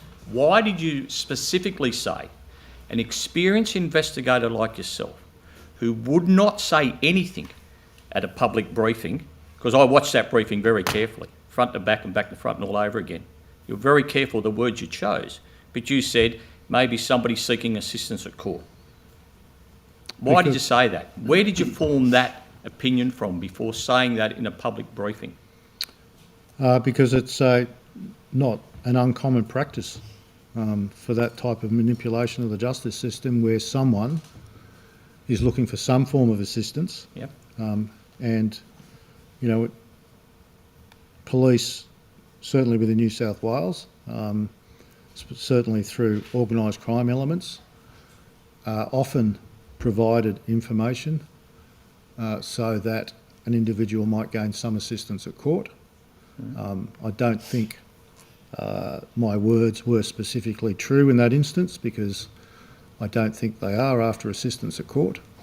But from my understanding, although we're not pursuing that investigation, however, I put it forward as an alternate option, as I did the following morning on a radio interview, as to what potential options might be available if it was not to be used for a terrorist attack, to try and allay some fears within the Jewish community that they were under a more positive attack and a more violent attack than they had already been. Okay. Commissioner, let's go back to you. Police Powers Act, the Terrorism Police Powers Act 2002 gives you permission or allows you to make a declaration of a terrorist attack or likely terrorist attack. That's correct, because I'm saying that because the members here wouldn't know that. Yes, of course. Yeah. Okay. What does that act give you as Commissioner of Police? If there's an application for me from members of the Counter-Terrorism Investigation Unit, for example, Yep. to seek a declaration, it's on the basis that it would assist them, the investigators, with additional powers, access to Commonwealth powers, etc., that they wouldn't ordinarily have. Yep. Okay. So you didn't make a declaration, And I believe deputy commissioners can make a declaration as well, not just the commissioner, is that right? If the commissioner is not available, but there was no application made to me, and I don't think there was one made to you. You didn't think it was necessary? You didn't prompt There was no anybody? application made to me. That's a matter Okay. for the investigators. Mr Hudson then? There was no application under the Terrorism Powers Act at all? No, sir. The declaration of a terrorist incident, whilst certain people in the media might like us to declare terrorism more frequently, Yeah. should only be really declared when you need additional powers. Yep. We did not need additional powers from the Minister in relation to this. We didn't need powers of detention, we didn't need powers of search, we didn't need powers of protection to police taking a life under this particular investigation, so there was no real need for an application to be made. Why didn't you need those additional powers? We had sufficient investigative resources and legislation available to us based on not just their own legislation but supplemented in the joint counter-terrorism team arrangements by Commonwealth legislation to appropriately investigate the matter at that stage. So the Powers Act allows you, if there's threat of serious harm too, I think that's some of the terminology, isn't there? That's my paraphrasing, right? I think that's generally right, sir. General, well, that's the gist of it. So then the Caravan wasn't, at that stage, a serious threat of harm to the community? I think it was definitely a serious threat of harm, but we did not need additional powers to investigate it. And the Caravan had been located, the explosives had been recovered, and as I indicated previously, there was no ongoing threat to the community based on the contents of that Caravan. Okay. Ms Carter? Mr Hudson, you talked about your statements at the press conference on the 29th of January where you were anxious to provide as full a picture as was reasonable at the time with the understanding you had of the events to Yes. make sure that it could be seen as a terrorist threat, but also to give as clear a picture as possible, especially to members of the Jewish community, of the nature of the threat that they were facing. And so there were other theories of the crime that were advanced. At that same press conference, the Premier said there's only one way of calling it out, and that is terrorism. Did that surprise you that he was seeing in only one way when you were clearly outlining that there were multiple ways that this could be seen? I think the Premier, and I can't talk for the Premier, Sure. but I'm talking about terrorism and the need for powers from a legal point of view and an investigative point of view. I'll be surprised if the Premier is talking from that point of view. He's probably, I would suggest, talking from what public perception would be. And I think it's in that context. Okay, thank you. And you indicated that the AFP source was discredited on the 21st of February. Correct. But there was legal advice in relation to charges received on the 5th of March. Correct. When was that legal advice sought?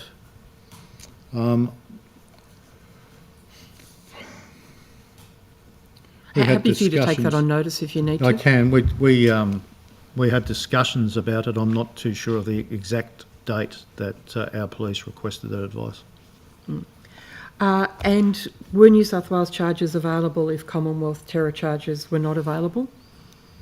For Well, for the matters arising out of that you were seeking legal advice in relation to the Dural Caravan matters. oh, certainly, Yeah. Okay, terrorism so- charges not being available does not mean that there's no other crimes have been broken or been committed. So as at the relevant date, there were adequate New South Wales charges available for events which occurred in January. Yes, correct. All right. Thank you very much. You indicated that the New South Wales police force had not been conned and therefore it was inappropriate to be using that language. When did the New South Wales police force deliver what we might call a healthy scepticism that the caravan at Dural was in fact a terror plot?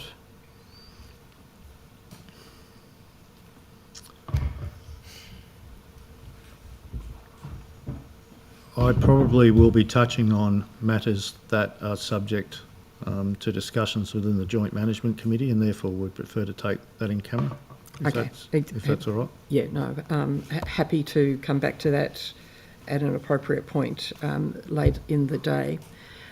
Going back to that 29th of January press conference, you saw your responsibility as to provide appropriate information to the New South Wales public, but not unduly alarm members of the public. Is that a fair statement? Yes, I think that's fair. And so therefore statements in relation to what we would consider terrorism and what could be other ways of looking at it were designed to make sure that people had a clear understanding but were not unduly alarmed? That's correct. So any statements from other people that focused only on terrorism would have been undermining your attempts to ensure that the community was, what's the phrase about terrorism, that we're alert but not alarmed? Isn't that the phrase that we're using? I look through terrorism. I look at terrorism through a certain lens of criminality and legislation. The term is used more broadly within the community rather than the legal definition. But I deal with a legal definition. I'm looking at alternatives to that. Quite aware that many media, a great deal of media reporting refers to things as being terrorism or terror attacks and so on and so forth, or you created terror, why isn't it terrorism? But very specifically we deal with what's captured by the definition legally under the Commonwealth Criminal Code and acquiesced within New South Wales to that definition. So others use that term more liberally than I do, but I can't talk for what they intended, what others may have intended by what their words said. No, I understand that entirely. And as I understand from the evidence that you and Commissioner Webb have given before, that early on you entertained suspicions that there were different lenses through which these incidents could be viewed other than as solely a terrorist attack, and that those views were shared in briefings that were given to the Premier and the Police Minister. Is that correct? It was certainly relayed that there were other possibilities than that caravan with explosives and addresses being towed to one of those addresses and detonated. There might be other alternatives to that scenario. And that would have been relayed in the briefings that occurred on the 21st of January? The 21st of January, we may have, I think we did suggest there may be alternatives. However, that particular briefing was confused, not confused, but conflated or inflated by the reporting that had been received from the Australian Federal Police, which had been received prior to that briefing. So when you say the reporting that had been received, that's information that that the Australian Federal Police were receiving, Yes. that was not being shared with the New South Wales Police Force, that they're about an informant in relation to terror? The information was shared, however, the source of that information was not. Okay. So at that, just to be clear, at that briefing on the 21st of January, you would have relayed the range of theories about the Dural Caravan incident, but also relayed the fact that there was information received from the AFP that would suggest that the terror line of investigation not be discounted and that needed to be pursued as well as other lines. I think the balance of that discussion was that information has been received, which will cause us to establish a joint, a multi-jurisdictional joint management team committee meeting to investigate the information and the discovery of the caravan at its highest. However, we were not ignorant to the fact there could be other motivations behind this, but on balance, at that time, on the 21st, 2 days after its discovery, whilst the investigations were very much focused on crime scene examination and fingerprint and DNA analysis and everything else that examination of a crime scene dictates. Whilst there may be other opportunity or other options or causes as to why that caravan had been placed there, we needed to very specifically treat the information from the AFP at its highest, and that was the focus of our efforts. And what briefings occurred between you and the Premier, you and the Police Minister between the 21st of January and the 29th of January? I think there was other briefings which the Commissioner's given an undertaking to get back with dates, but basically to ensure the threat to public safety was being mitigated, and there was no escalation in what we were seeing through our investigations. The AFP press release and evidence you've given indicates that there was not considered to be a threat to public safety when the dural caravan laden with explosives with the address of a synagogue was discovered on the 19th of January. Is that because right from the very beginning it wasn't really seen as a viable terrorist plot? No, because we had recovered the caravan, we had recovered the explosives, we'd identified individuals involved in that, being the owners of the caravan, who were targets of Pearl. Whilst, the caravan, in my belief, was mitigated through that, the caravan being used as a implement of terrorism had been mitigated through its discovery. There is no doubt that other attacks in the eastern suburb of Sydney that had been, at some stage, I would suggest, will be alleged that are orchestrated by the same individual or group of people, certainly did put the community in danger, with fire bombings and fire bombings in particular. That would put individuals in extreme danger, potentially. Well, given the fire bombings, given the terrifying events facing the Jewish community in the eastern suburbs in particular, how could the AFP and the New South Wales Police Force be so certain that once the caravan had been found, that there was not an ongoing threat to the people of New South Wales? I think there was still a threat of other incidents occurring.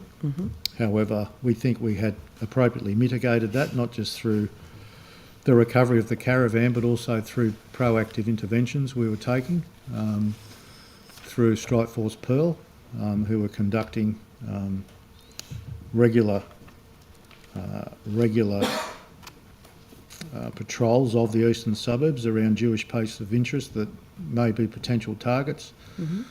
They had coordinated. I'd ingested 16 detectives from State Crime Command to supplement Strike Force Pearl. We injected people from the Public Order and Riot Squad, from the Raptor Squad, to enhance the proactive patrols of the eastern suburbs. So I think in that manner, we certainly had mitigated what might be a potential threat from that caravan and potential further attacks. Okay. Sigginson, I believe you have some questions. Yeah, just before we break. I just wanted to ask about the Premier's briefing on the 20th of the 1st and the Police Minister's briefing on the 20th of the 1st.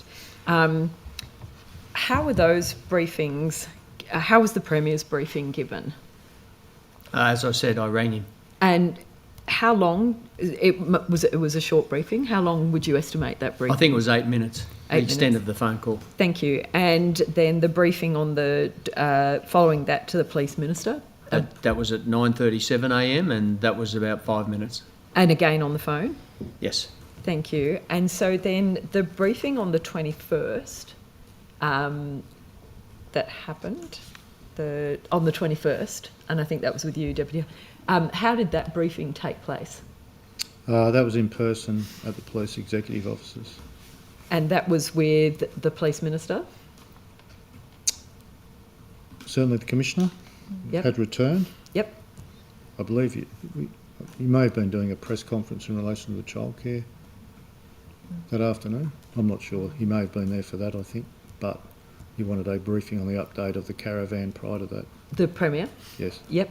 And where do you recall that was held, the briefing? In the Commissioner's boardroom. Thank you. And the police minister was present for that one as well? I believe so. I'll have to... Yeah, if you could check, please. Thank you. Deputy Commissioner Hudson, with the incidences that... the Police Minister may be still on leave at that stage. I apologise. And Okay. may want a debriefing later on.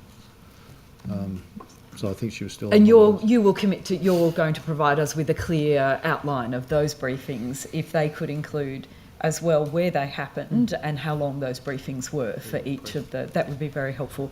Deputy Commissioner Hudson, in relation to the register or the record of the 700 odd incidences, what would you, from your recollection, and I understand that's not a register you hold personally, but from your understanding of that, what would the breakdown be in terms of anti-Semitic events recorded on that and Islamophobic events recorded on that? What would be the breakdown, just if you could? I'm not 100% sure what's captured on it. As I said, Mr Thurtell controls shelter, but anti-Semitism has escalated, I think, fourfold.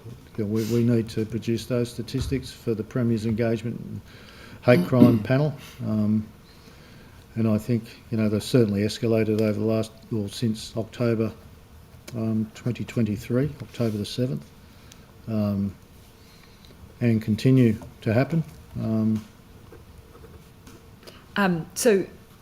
Deputy Commissioner Thurtell, what do you think, just roughly, if you had to kind of categorise or characterise the breakdown of those incidences, what would you say the percentages in terms of anti-Semitism or Islamophobic incidences? If we're going on percentages, and I stand to be corrected on this, but I think I'm roughly right. I think approximately 40-odd% anti-Islamic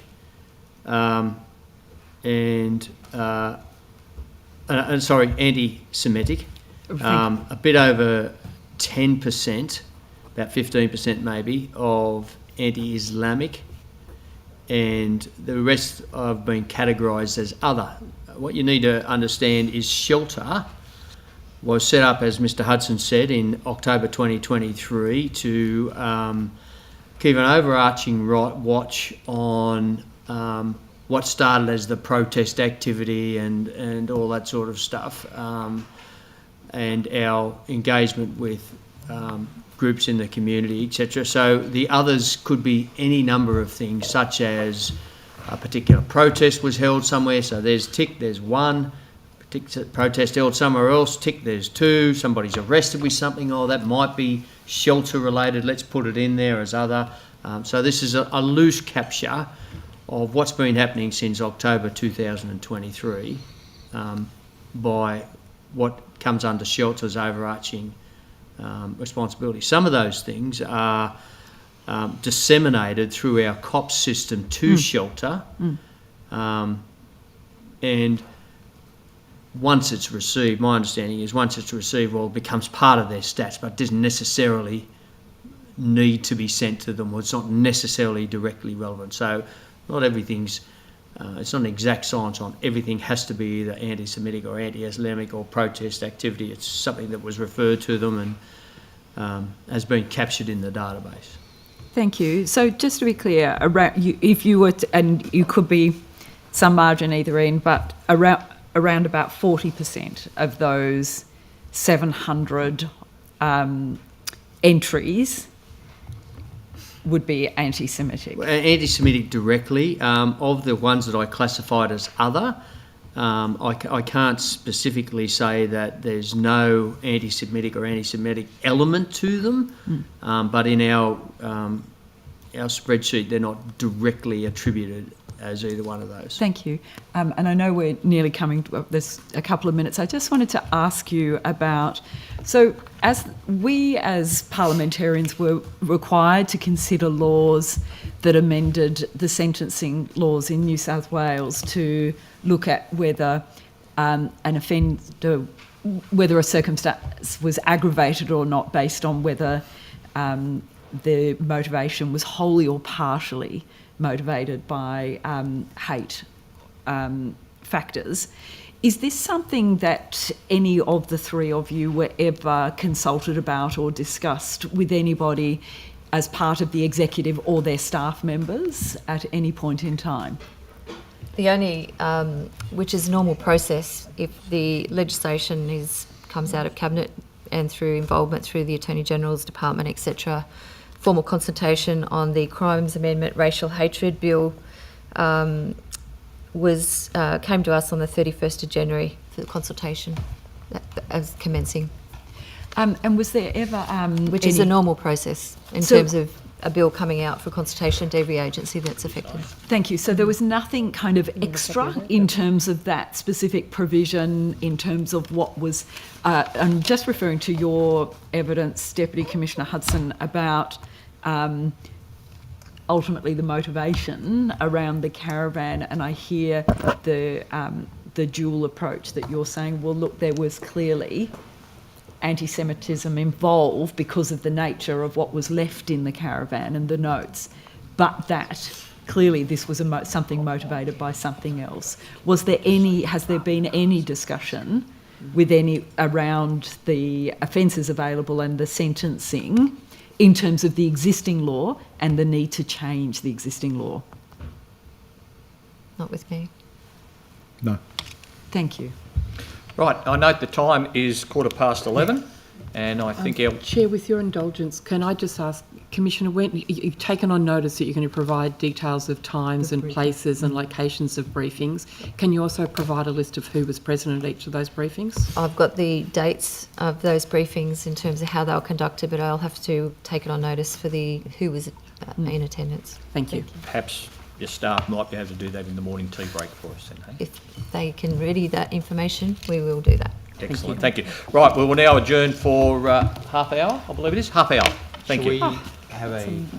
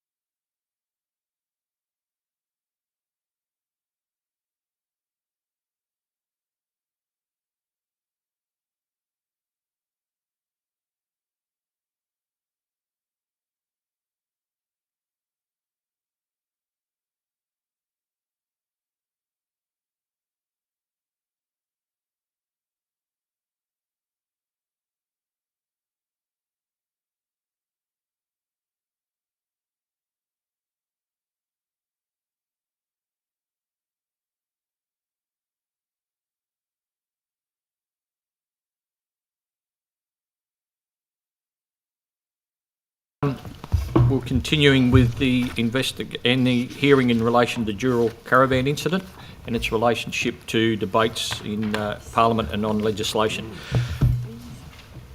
Honourable Susan Carter. Thank you. Welcome back. Deputy Commissioner Hudson, if I could start with you. The story became public on the 29th of January. Did you, or anybody else in the police, were you asked any questions prior to that being made public? Did you have any contact with the press prior to the story becoming public? Yes, I did. On the day of the 29th, I was contacted by the editor of the Daily Telegraph to say he had a story in relation to the Caravan, explosives, Jewish targets that had crossed his desk. I requested that he not publish that, which he agreed, on the pretext that no one else had that story. Later that same afternoon, there was an inquiry of the police media unit, which was sent to me from ABC in Victoria, asking almost identical questions or having almost identical information. So just that was ABC Victoria that ran the police media unit? Yes. Okay, thank you. Yeah. Honouring my agreement with the editor of the Daily Telegraph, I told him that, and they published that afternoon. Right. And did they ask you to confirm any details, or that there was just a general discussion? I didn't confirm any details. I just indicated that another news outlet had the same information that they had. Right. And then did ABC Victoria publish after the Daily Telegraph published, or you're not aware of that? Not aware. I presume they did, but I'm not aware. Right. And there was a press conference responding to the publication early evening on the 29th of January, I believe? Correct. And whose idea was it to hold the press conference? Premier's office, I would imagine. I was summoned. So when you were approached by the editor of the Daily Telegraph, did you contact either the Police Minister or the Premier? I told the Commissioner, I believe. Okay. And Commissioner, did you contact the Premier or the Police Minister? I actually can't recall, but I presume so. It was a significant change in the posture. Okay. And then after you knew that the Daily Telegraph were going to publish, Mr Hudson, did you also tell the Commissioner that they were going to go ahead and publish? Yes. And at that point, Commissioner, would you have informed the Premier and the Police Minister that the Daily Telegraph was going to publish the story? I would have phoned the Minister. I wouldn't have communicated directly with the Premier. Okay, so you would have phoned the Minister for Police saying the Daily Telegraph have the story they're going to publish. Yes. And then you received communication from the Premier's office in relation to putting a press conference together, is that right? Our police media unit attended my office. Okay. I was actually in there with the Commissioner at the time, but said I was required down at 52 Martin Place. Okay, so the police within an media hour. unit, you were meeting with the Commissioner when the police media unit spoke to you, is that right? That's correct, yes. Okay. And the police media unit, you understand, had been speaking to the Premier's office? Premier's or Minister's office, I'm not too sure what the conduit was for Okay. the relaying of the information or the request, but Is there a particular person in the police media unit that you had these discussions with? Shannon, whatever Shannon's last name is, what's Shannon's Okay. last name? Great. Carr. Shannon Carr, thank you. Okay. Male And Shannon. so whose decision was it to hold a press conference? I'd imagine it was the Premier's office, but it Okay. wasn't instigated by us. And what briefings took place prior to the press conference? None, there was no time. Okay, so you didn't have any conversations with police media unit? They didn't indicate what they thought the questions were going to be, or they didn't help you draft a statement of any kind? No, the limited time I had, I changed into a uniform because I thought it'd be a better look if I was in uniform. Okay. In relation to uniform, I must admit I have never seen you in civvies before. I'm just wondering, Commissioner, was there a deliberate decision not to wear uniforms today? Yeah, there was actually. We had a conversation last week, at the end of last week, and said that this is a matter that, at that stage, I think we had an application in for an in-camera, not knowing what the outcome was, and the nature of the discussion that we could attend in plain clothes. But this surely is formal parliamentary business. Every other parliamentary hearing I've seen you at, you've all been in uniform. I think- Why not today? Isn't this as important as budget estimates? I think we're suitably attired. But not as in your official police uniforms today? And that was deliberate? Oh, it was just a question we had with the discussion we had on Friday, on the basis that the request we had for an in-camera. And you knew that that this was not proceeding in camera when you not arrived at that this stage. morning? No. No, but this morning when you... Yeah, of course. But you still decided not to come in uniform? Well, we had the discussion on Friday and we hadn't seen each other until this morning. Okay, right. Thank you very much. Mr Hudson, if we can go back to the 29th, was there any statement put out prior to the press conference, or it was simply there will be a press conference, come and ask questions? My understanding is it was an advisory that there would be a press conference. That was it. Okay. And you were at the press conference, the Premier was at the press conference. Was there anybody else at the press conference? That spoke. Well, attending, other than, like from the government? You, the Premier, anybody else? Well, I don't recall. I know our media unit was there, my staff officer was there in the background, but Okay. that's it, I think. And did the Premier ask for any updates or any material prior to the press conference? Had very limited time prior to it.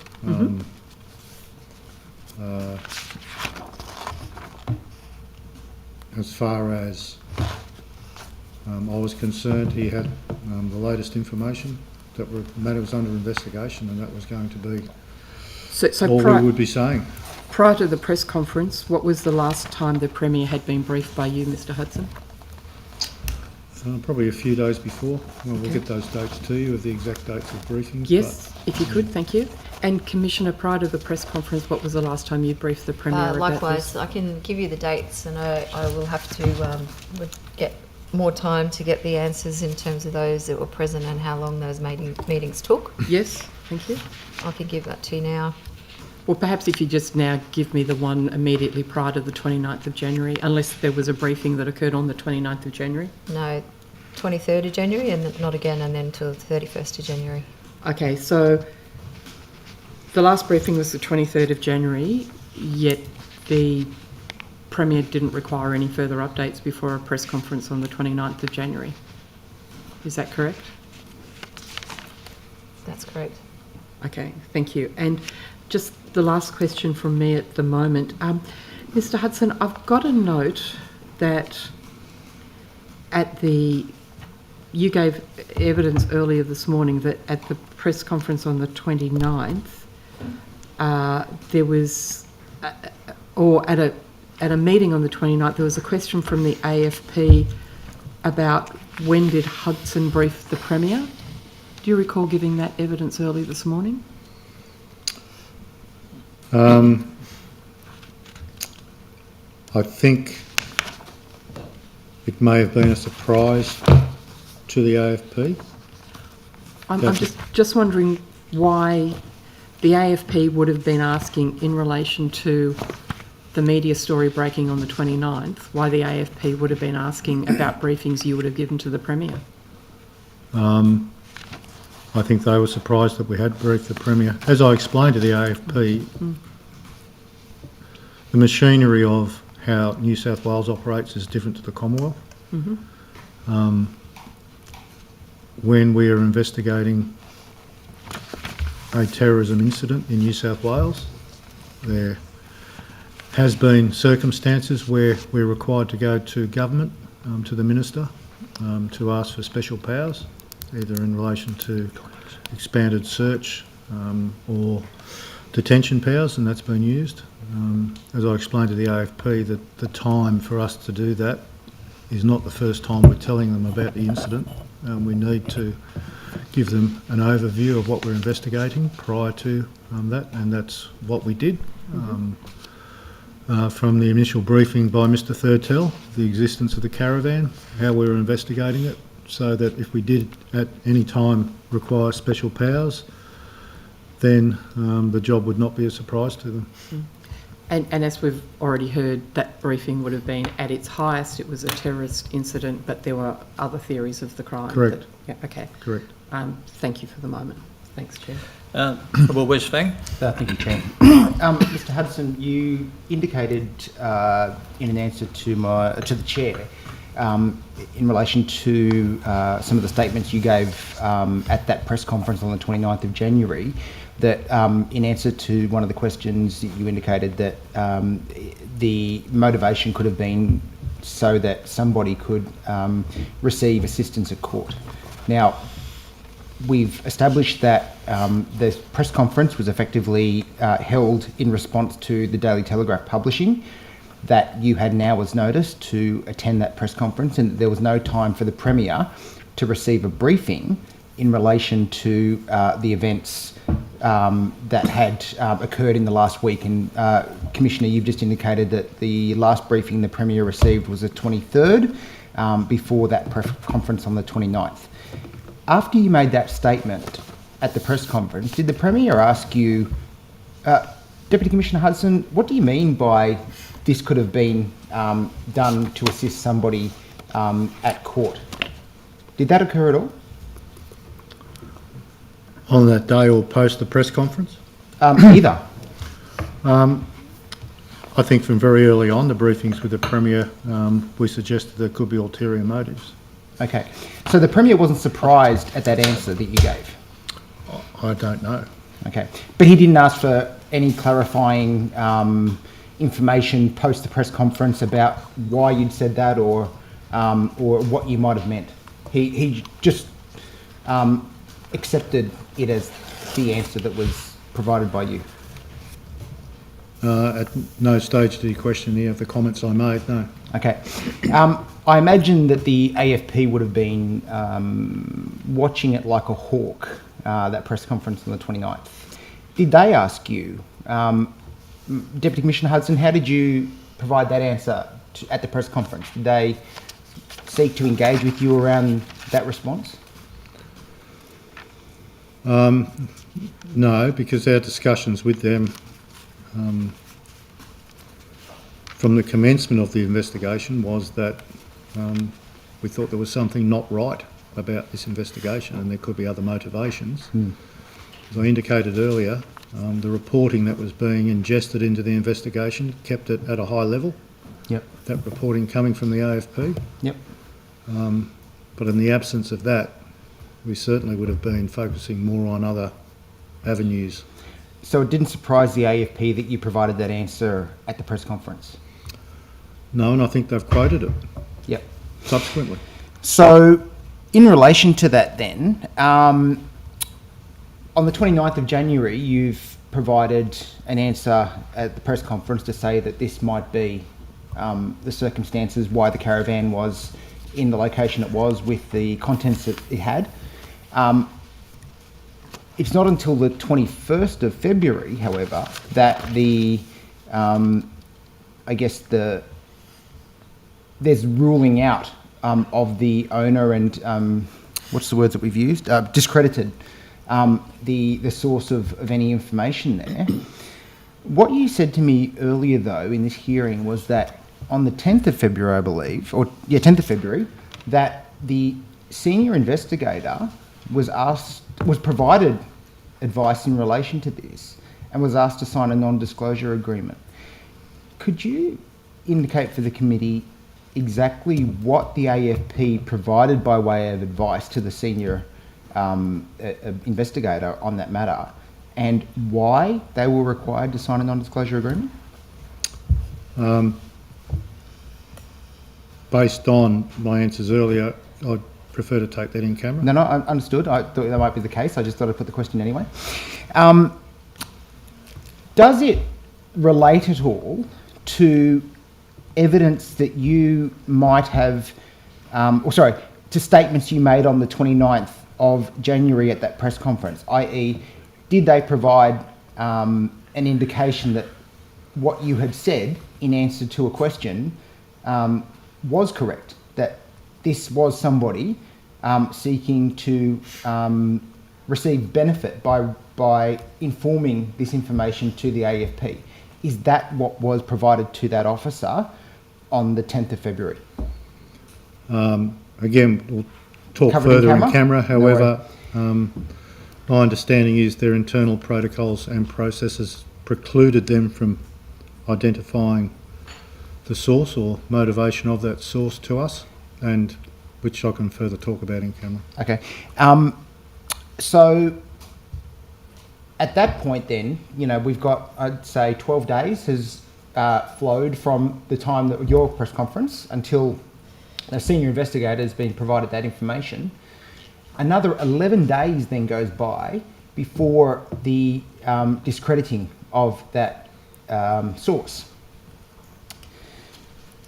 Why did the AFP take 23 days from the time that you provided an answer at a press conference to actually discredit the source to be open with the joint counter-terrorism unit, including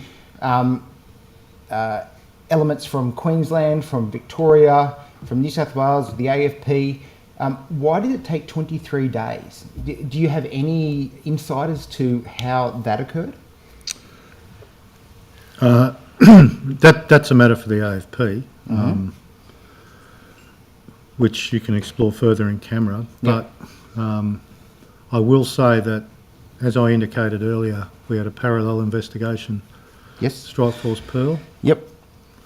Which was systematically and quite effectively arresting individuals responsible for some of the attacks that we now allege were orchestrated by the same individual or individuals. Yep.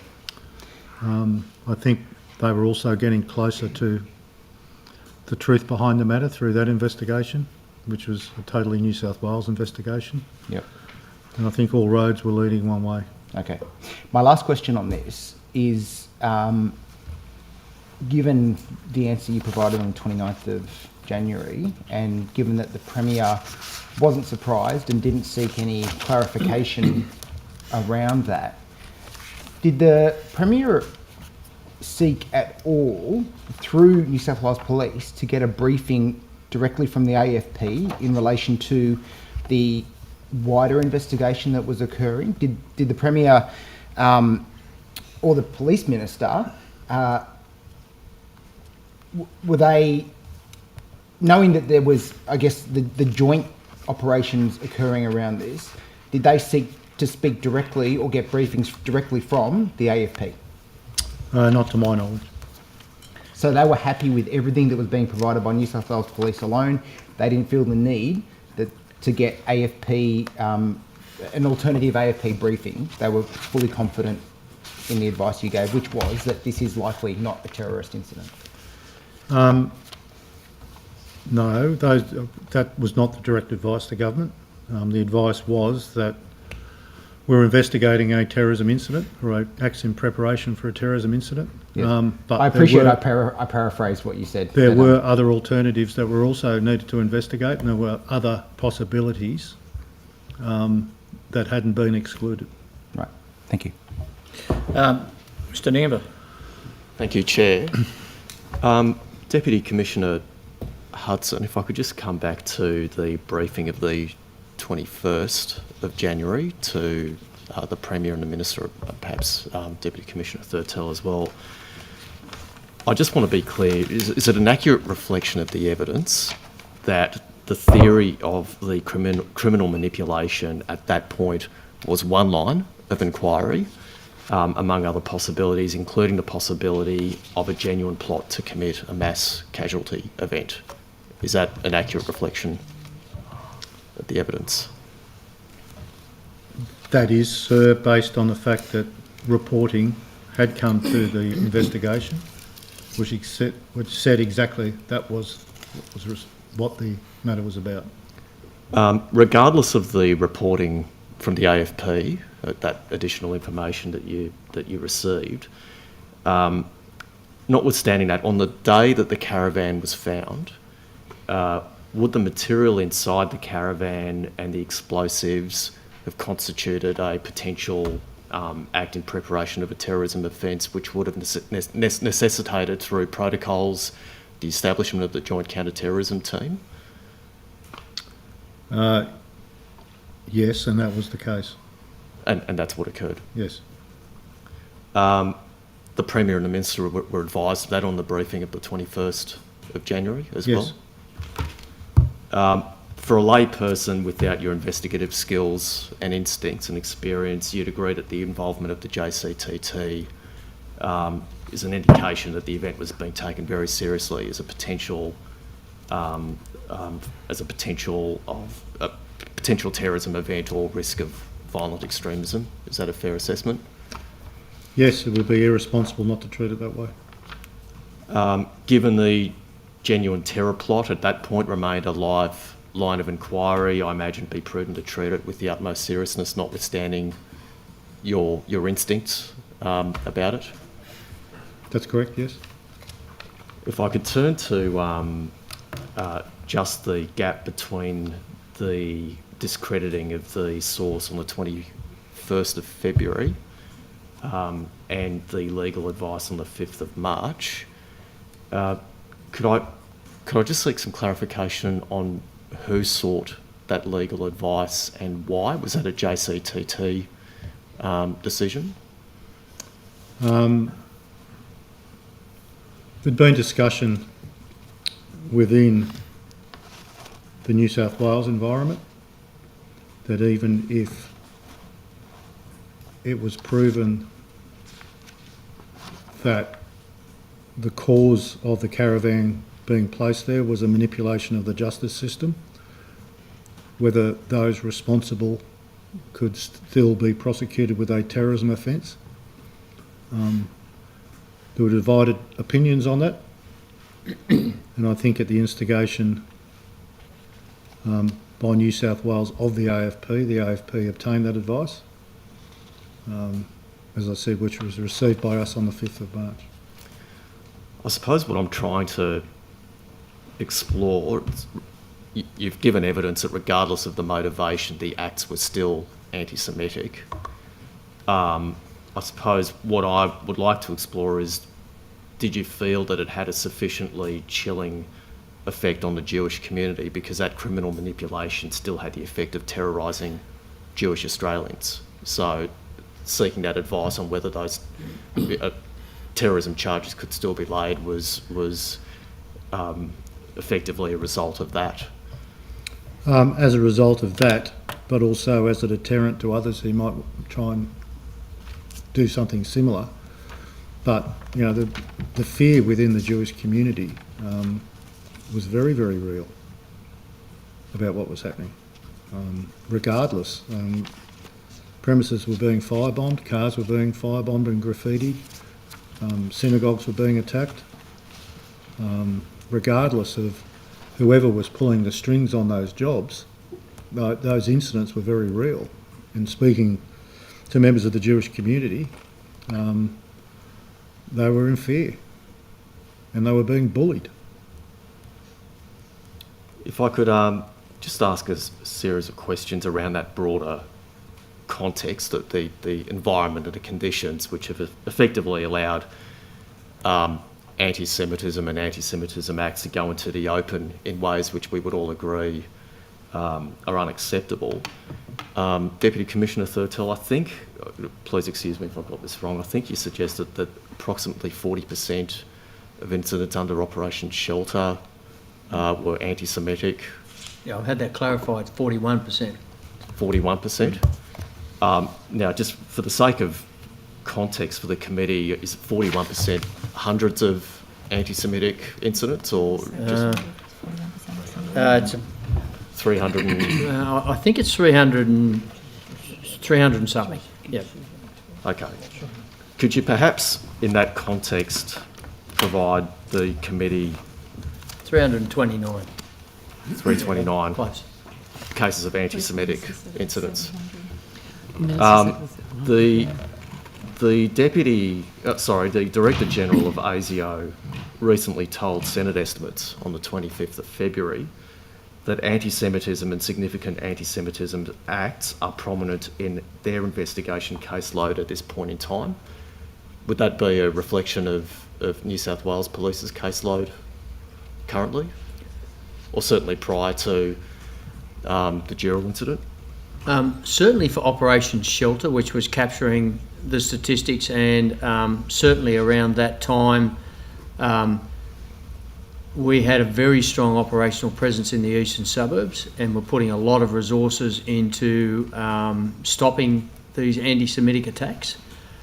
So it was and has been a very strong focus for us operationally for quite some time. So in terms of risks to personal security, threats to life, that would certainly have been a priority for New South Wales Police, given the weight of incidents that were taking place, certainly since October 7th. Yes, and that's why Operation Shelter was expanded during this period beyond that monitoring of protest activity, etc. Brought under the same umbrella was the operational proactive phase of Shelter, which was trying to increase our presence in the community, but also through that protecting the community and stopping these events from happening. Operation Shelter is one thing. Presumably the Community Security Group would be reporting to you hundreds of other incidents that they are aware of. Would that be fair? Certainly they were in regular contact with both the local or the police area command that houses their facility, and also with Central Metropolitan Region. I'm just interested, just in terms of the environment and the conditions that led up to the criminal manipulation, I suppose. Would it be a fair assessment to say that it was an opportunistic plot which aimed to exploit and frankly leverage the fear that existed in the Jewish community, largely because of the foundation of all the other incidents that have been taking place since the Hamas terror incident of October 7th? I can't really comment on the motivation behind what they were trying to do, but certainly that was the outcome. Well, I suppose I'm asking, why do you think those people chose to use anti-Semitic language and chose locations, close to Jewish communities to undertake that action? I can only speculate that is what they believed would achieve their ends that they were seeking to achieve. But it is the case that the incidents in Strike Force Pearl, notwithstanding not being ideologically motivated, still struck fear and terror in the Jewish Australian community.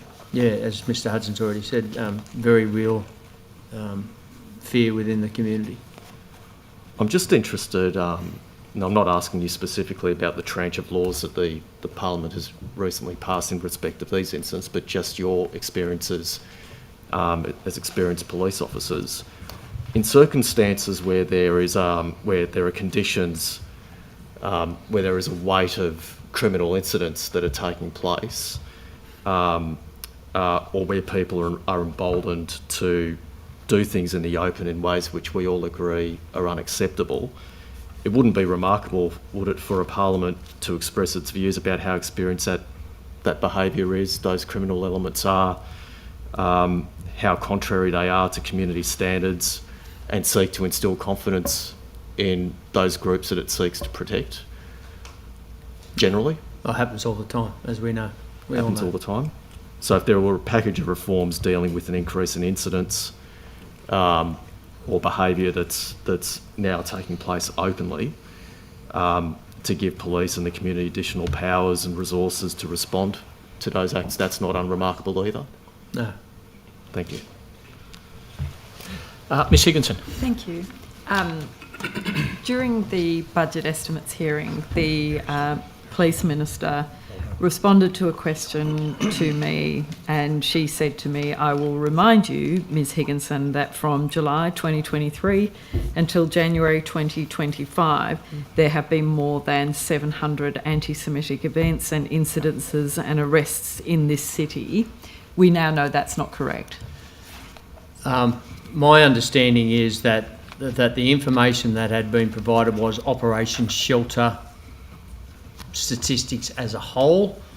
But and that's not right. It's clearly 329 incidences from Operation Shelter. That have been labelled as anti-Semitic, yes, and as I said before, whether part of the other 400 odd that were we've classified as other have an element of anti-Semitism within them. I can't say without going through each one of the 400 plus, but we haven't categorised them, the New South Wales Police, based on the statistics provided by Operation Shelter, as purely anti-Semitic. Thank you. Can I just ask, in terms of the joint committee, and was there ever, and if this needs to be taken in camera, I'm okay about that, but was there any discussions within that group about pressures on the AFP from the Prime Minister or anybody from the executive of the federal government or their staff? Not at the meetings I was at. I wasn't at all of them, but I'd be surprised. Thank you. And actually, just on that, of those meetings, how many do you think you were present for, if there was a... 4 or 5? Out of? Probably 10, I'd suggest. And then, and who was then, in your absence, who was the most senior New South Wales police officer present? Member of the committee is Assistant Commissioner Mark Walton. Yeah. It's an Assistant Commissioner level meeting. Yeah. Deputy Commissioners have the prerogative of attending if they wish. If they wish. Thank you. So when, at the media conferences, back in January and then subsequent conferences, but particularly that first one with the Premier, was there concern amongst the senior New South Wales Police Force that the Premier had been so forthright in declaring that this was a terrorism event? Was there concern about... obviously, there's a lot of evidence that you had, dual concern, that there was terrorism elements involved, that there was a mass casual, etc., but clearly heavy suspicion early. But was there a view being formed that there was genuine concern about the approach that the Premier had taken, and others, or mainly the Premier, about this being, I can't remember his words, it's terrorism, that's all you can call it, kind of announcements? Was that concerning? I wouldn't say, pardon me, concerning, 'cause that's what we were investigating at that stage. And the Premier was aware we were investigating the matter at its highest, and we had briefed him on that. And that's what we continued to do until the 21st of February. And so then, on the 21st of February, in that briefing with the Premier, did you provide the recommendation or advice that the Premier should alert the public into, that there was a clear view of the police about what the incidences involved, and that it would be important to notify the community who had been labouring for a long time under the assumption it was, purely an anti-Semitic terrorist type of event? On the 21st of February, did you say? Yeah, let's say the 21st first. once February, 20th of February. once the AFP discredited their information. Yeah. And sorry, I do appreciate there's the advice coming back on the 5th of March, but the legal advice. But at that point, were you, was there any conversation with the Premier or the Police Minister about having to notify the public that we're not in the territory that we thought we were? I didn't speak to either the Premier or the Police Minister until 5th of March, the 7th of March. Was there any contact with anybody from the Premier or the Minister's offices? No, I briefed the Commissioner. In terms of both you, Commissioner, and Deputy Commissioner, was there any ongoing communication between the staff, even at a staff level, about, you know, I think where I'm coming from is this notion that when we become aware that something isn't, the elevated or the worser concern for the public at large, at what point do we get that public interest? We really need to correct the record. Yeah, I understand what you're saying, and I think for clarity, the issue around joint management committees, those meetings, those minutes are held in secret. So any communications out of that are also to be held tightly.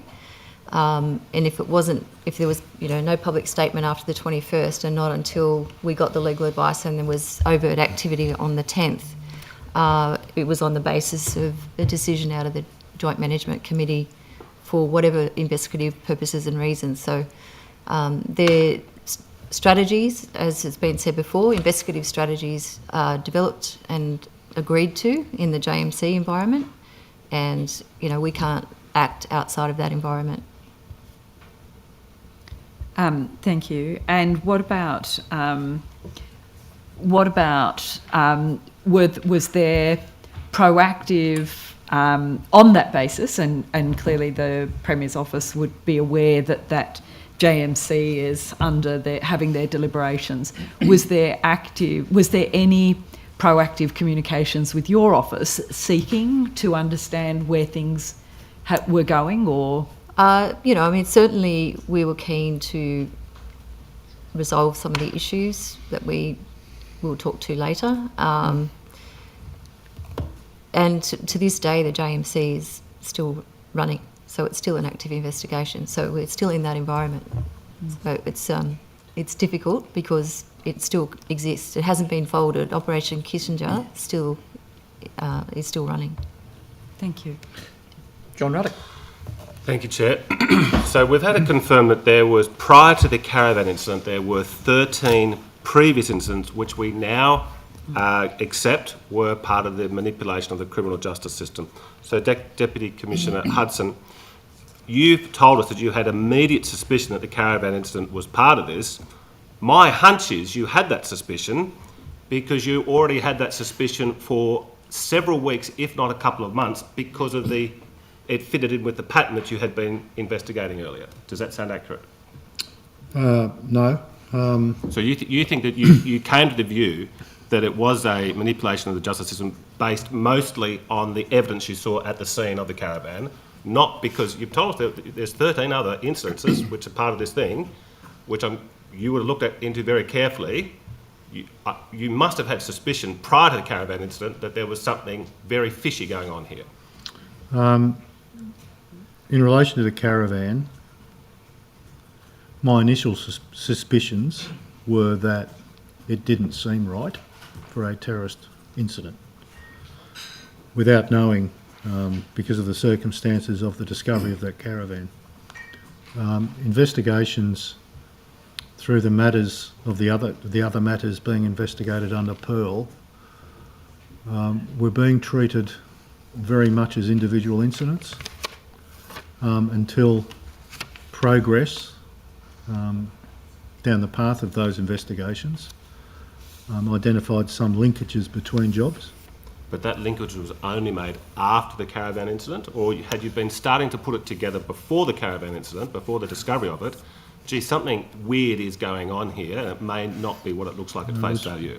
Strikeforce Pearl was escalated, I think, in about the 9th or 10th of January. We ingested, I think, another 16 detectives from State Crime Command based on a continuing pattern of incidents occurring. But links had not been established between most of those jobs. But you had suspicions. I didn't have suspicions about them being a manipulation of the criminal justice system, no. So that only then fell into place in your mind after you'd worked out the Caravan incident was itself a manipulation of the justice system. The initial suspicion around the Caravan was it didn't seem right.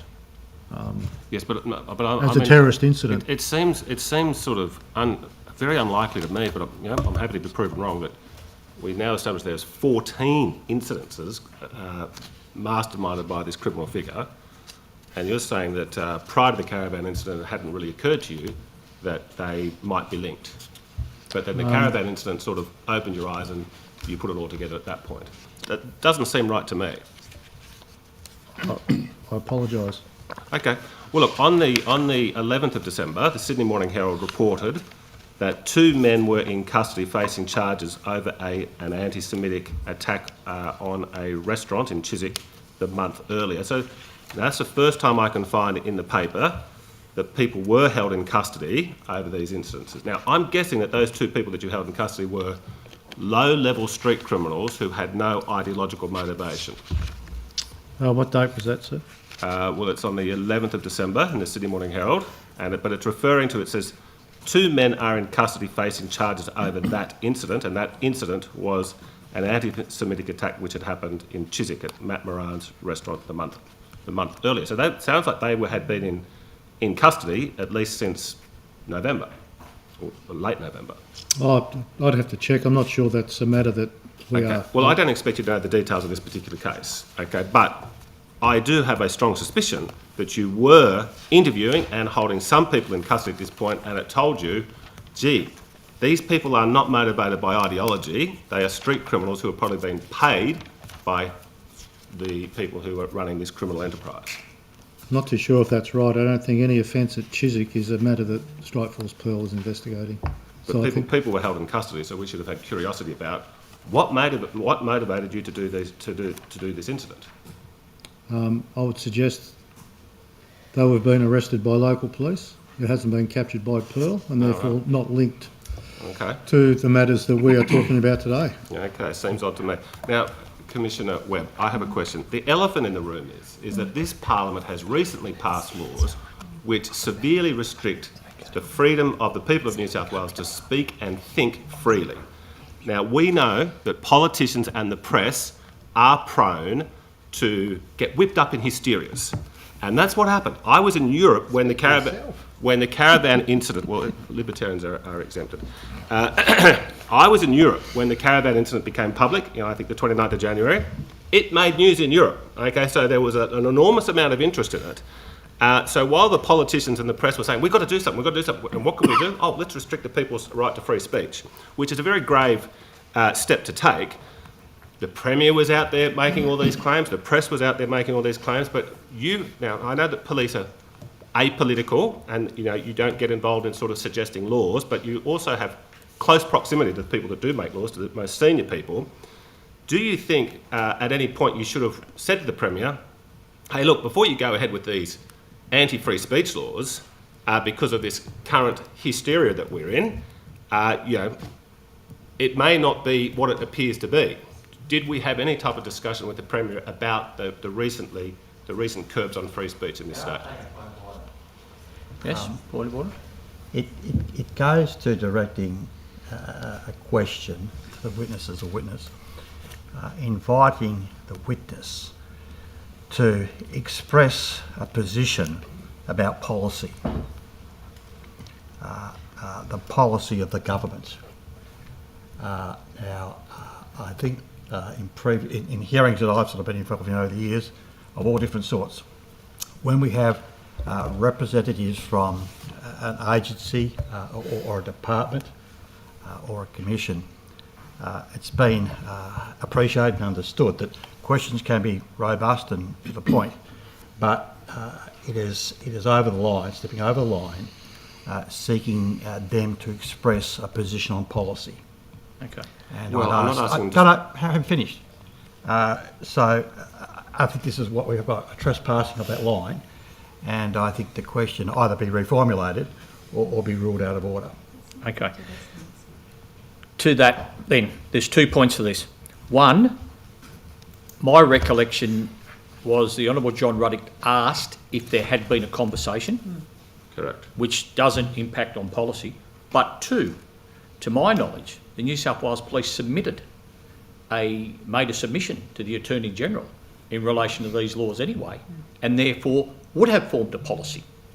So either way, I'm going to rule in favour of the question being allowed to continue. Thank you, Chair. So I would be keen to hear your response, Commissioner Webb.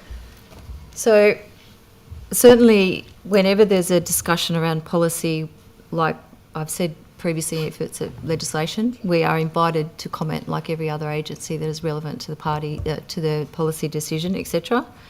And in terms of, we have been unable to find any references to the Caravan incident, any briefing materials prepared by our legislation policy branch. And I haven't been asked. I mean, I leave the politics to the politicians, and we provide comment when we're asked to, but we don't provide comment without being asked. Well, I would say it was a dereliction of duty. I mean, you were the adults in the room. You're not an island. While you are apolitical in your senior role, you knew what was happening because you obviously read the media. There was a lot of discussion. The Premier was saying almost every second day, we need new laws to curb the citizens' right to free speech. And by this stage, by the time the Premier was saying that, it sounds like you and your team were very, very well aware that this was a manipulation of the justice system. So I believe that, what would you say in response to my claim that you were derelict in your duty to tell the Premier, hey, look, we should sort of not rush into this because this is a murky situation and it's not what it appears to be? Well, I reject that to start with. And if when we are asked, we will provide comment, as we always do. And this is not one that we have led. And as has been said throughout this morning's discussion, what we may feel isn't right, we might think is something, being able to disprove it is a completely different notion altogether. Okay, Chair, well, I would like it recorded in the Hansard that, that the New South Wales Police sat back and did nothing when these bad laws were being passed. Point of order. Point of order. I appreciate, John, where you're coming from with this, but I just don't understand that last statement. I mean, there's a series of questions. They've been directly and honestly answered. And if you don't mind me saying, I think it's rather gratuitous to say, I'd like Hansard to record something. Okay. Now, that I think is really out of order. He can make a dissenting statement in this report when it comes up and all of that. But to be placing on the record, I want on the record, I just think that's out of order. And particularly the sort of reflections on the witnesses here, the most senior representatives from the New South Wales Police Force, to say nothing about the people within the New South Wales Police Force. It's a terrible reflection, an indictment. And I just think that's unfair. Well, I've finished my questioning anyway, Mr. Chair, so maybe we can move on. Okay, well, let's be honest, it's all recorded on Hansard anyway. There you go, that's right. Right. Now, Commissioner Webb, when you brief the Premier or the Police Minister, whether it be in relation to this matter or any other matter, do you deliberately withhold from them pertinent or relevant information? Would you like to give an example? No, that's just a question. Do you deliberately withhold from the Premier or the Police Minister relevant or pertinent information in relation to the briefing that you are giving? The briefings that I will give are based on factual information and based on something that, wouldn't compromise an investigation. As I said earlier, the matters that we're talking about today are being dealt with in a ANZ CTC arrangement where their meetings are held in secret, the minutes are held in secret, and I'm very careful in how I communicate that material to my Minister. Mr Hudson, when you brief the Premier or the Police Minister in relation to any matter, whether it be this one or any other, do you withhold pertinent and relevant information from the Premier or the Police Minister? Depends what the purpose of the briefing is for. So, the briefings to the Premier and the Minister in this particular instance were to give them comfort that we knew what we were doing, that there was no threat to public safety, and that the investigation was progressing. There were details of the investigation and how that was progressing, which were not passed on, but in relation to giving comfort that there was no threat to public safety, we went through exactly what we were doing in relation to proactive patrolling and investigations, but details of the investigations weren't disclosed. That would not be appropriate. How were you able to give comfort? How were you assured that there was not another, and I'll use the word cell, for example, in operation? Through the investigations, we hadn't identified anything. And, we put a lot of good detectives on this job, on both jobs, both Pearl and Kissinger.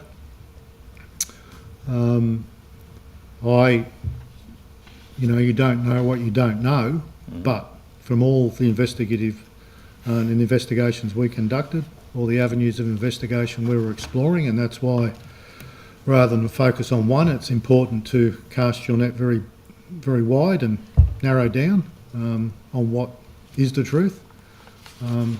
We weren't seeing anything that would pose significant threat to the community, apart from the reporting that we were receiving through the AFP. Okay. Continuing on then, you said that I tried jotting down notes, when you briefed the Premier, you briefed him that on the investigation at its highest? Yes. Did you also tell him about your suspicions though as well at the same time? And I think I said in the press conference as well, there's other alternatives when he was present next to me, but yes, Fine. there Now, were. on the press conference on the 29 one that you and the Premier held, Yes. not once did you use the word terrorism in your responses to media questions. Why didn't you? I didn't know that I hadn't. So Sorry? I didn't realise that I hadn't. Well, you hadn't at all. I've watched the tape from beginning to end. You never mentioned the word terrorism, and there's no reason for that? It wasn't a conscious decision to exclude that word. Okay. Well, let's go to the next day's one, where there was yourself, the Commissioner and the Premier. Yes. Not once in I think it's a 17-minute interview, did you use the word terrorism at all as well? Was that a conscious decision as well? Neither were conscious decisions.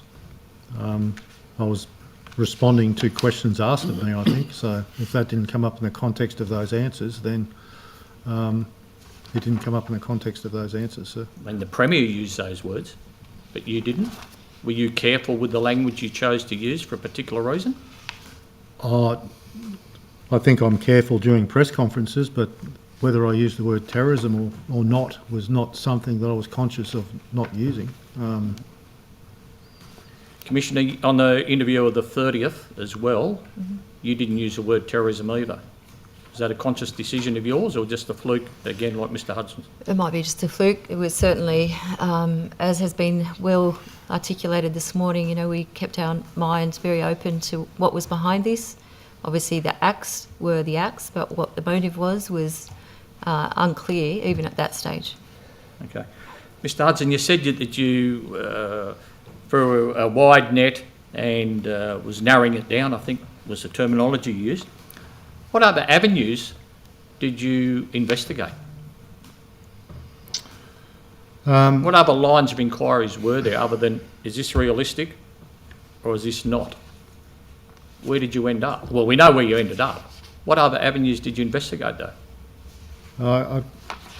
I guess the net being wide or not depends on the circumstances, and how wide you go is based on the facts of what you've got.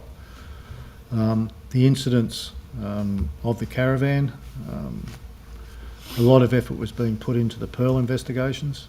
and identifying links between those jobs, or attempting to identify links between those jobs, and subsequently links between the Pearl investigations and the Kissinger investigation.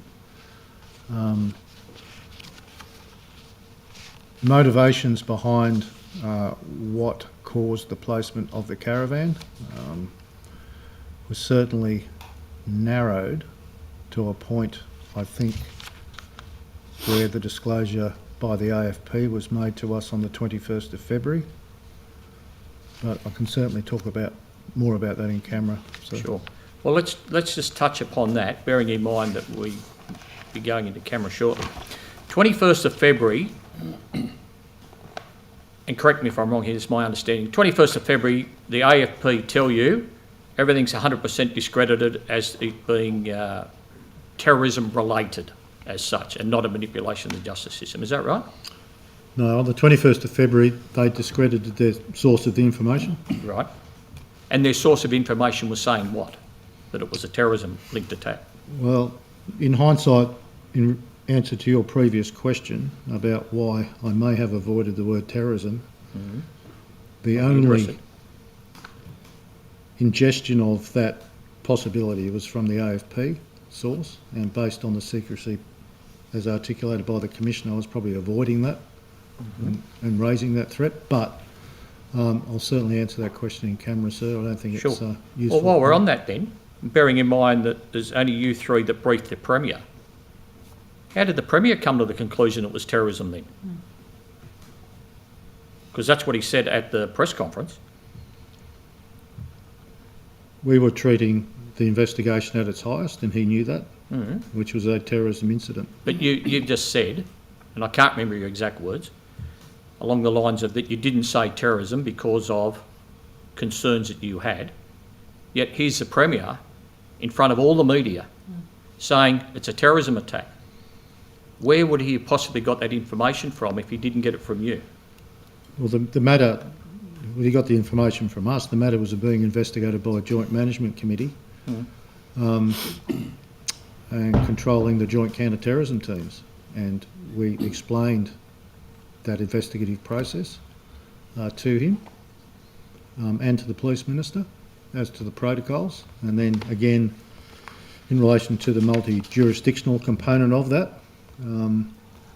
and the leadership or the chair of that committee being the AFP, based on the multi-jurisdictional nature of that investigation.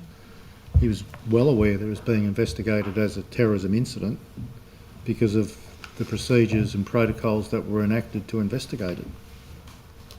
But you said, well, you didn't say, at any interviews at all, you didn't use the word terrorism at all though. I have to believe you on that. As I said, not a conscious decision of mine, but the links to terrorism were through the AFP reporting, and I was reluctant to disclose that at the time. Yeah. So let's go back to the 21st of February, which is an important date for us as politicians because we debated into the wee hours this legislation. The 21st of February, coincidentally, the AFP discredit their source. 100% discredited at that point in time, and then there's ongoing, can we charge with other things and, that sort of stuff. But, so the AFP discredited 100% on the 21st of February. You had your suspicions from the 19th of January. At what stage did you and the New South Wales Police come to a decision, 100% discrediting it all? Because I can guarantee you it would have been before the 21st of February. Not as a counter-terrorism, not as a joint operation, but the New South Wales Police, the Commissioner's executive team, the senior members of the New South Wales Police, notwithstanding what the AFP are doing, and we'll talk about this later. When did you guys come to the conclusion, bearing in mind what you said from the 19th of January, you had your suspicions, when did you finally come to a conclusion that this wasn't a terrorism-related attack and it was, in fact, furtherance of a criminal enterprise to manipulate the justice system? Because I know, Mr Hudson, you wouldn't have waited for the AFP to tell you. It was a progressive assessment, Mr Roberts. Okay, if it's going to progress, let's go backwards. So 21st of February, what about the 14th of February, a week before that? If we're in increments, where were we at then?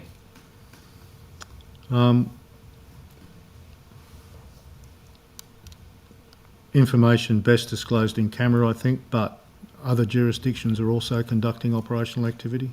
Yeah, I'm not asking about other jurisdictions. I'm Well, that was asking all about part of when the one New joint South management Wales Police Commissioner's Executive Team, what was your opinion in relation to the legitimacy of this on the 14th of February, for example? Just Well- 1 week, just 7 days before the AFP did their 100% discrediting of their source. You guys would have discredited it long before that. In fact, you started on the 19th of January. With other operational activity taking place in other jurisdictions, if that had come to positive outcomes based on the information, which was from the same source, that may have renewed our interest in whether this was terrorism or not. But it didn't, though, did it? No, it didn't. But around that time, there was other activity taking place apart from what we were doing, based on the information from ingested by the AFP. But again, best spoken of in camera, I think. Right, well, I'll pose one more question to you then. So you're telling me that the upper echelon of the New South Wales Police Force can't come to a decision on something unless the AFP tell them something or not?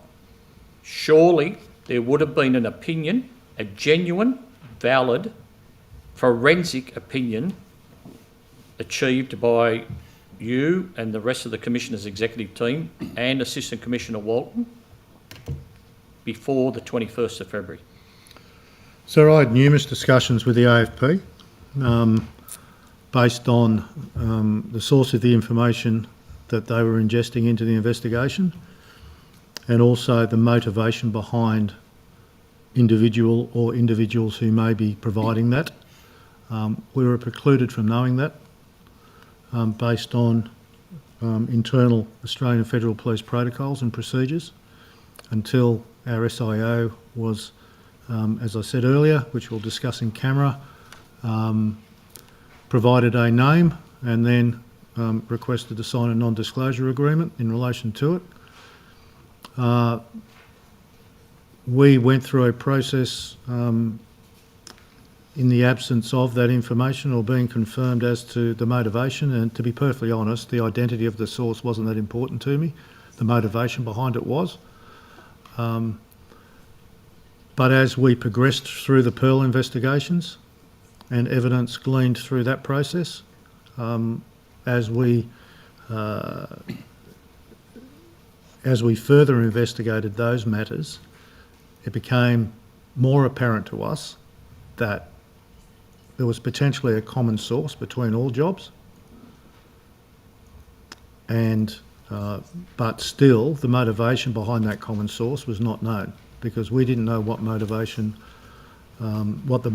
of the information being provided to the AFP was. But all our investigations tended to point in one direction. And what was that direction? Towards the source of their information.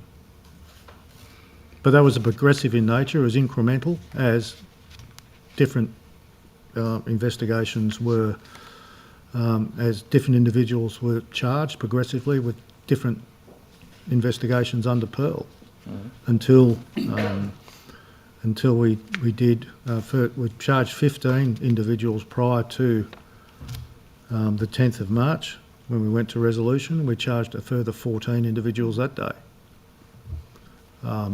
But through the progression of those charging of individuals up to that point, we were getting a better picture of what was happening in the environment and the links to those jobs.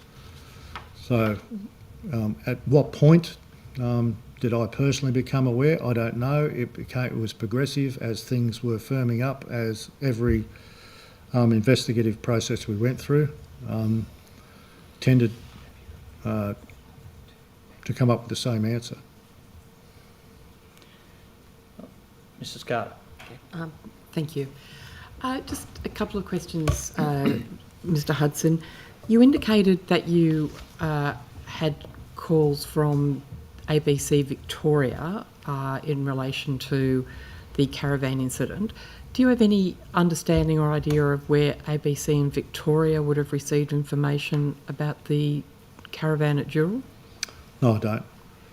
And didn't come from ABC New South Wales, it was ABC Victoria? Yeah, it was definitely ABC Victoria. I received an email from the media unit that my staff officer did, who forwarded it on to me that afternoon.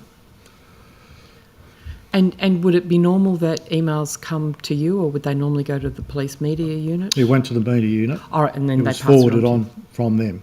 Right, okay. Thank you very much. And this is perhaps to all of you. I understand that briefings were given to the Police Minister and to the Premier. Did any other ministers or their senior staff ask for briefings about the Caravan incident, the presumed terror plot, or any other matters relating to this? Not from me, no. Did the Attorney-General ever ask for a briefing about these things? No. Did the Attorney-General ever ask for specific briefing or information about enforcement issues relating to existing laws? No. Any requests for briefings in relation to enforcement difficulties with, for example, 93Z of the Crimes Act? No, I think those difficulties are well documented. But in terms of developing legislative solutions, there was no request for a particular briefing about your experience and what your advice might be in a way to structure laws to deal with those issues? No. Okay, great. Thank you very much. Ms Higginson, anything? I was just going to ask, is it fair to say that regardless of what the AFP were doing, if you had thought that these were serious terrorism offences, you would have been acting differently in the lead up to the public announcement that these were not terrorist offences? On the 10th of March? Yeah.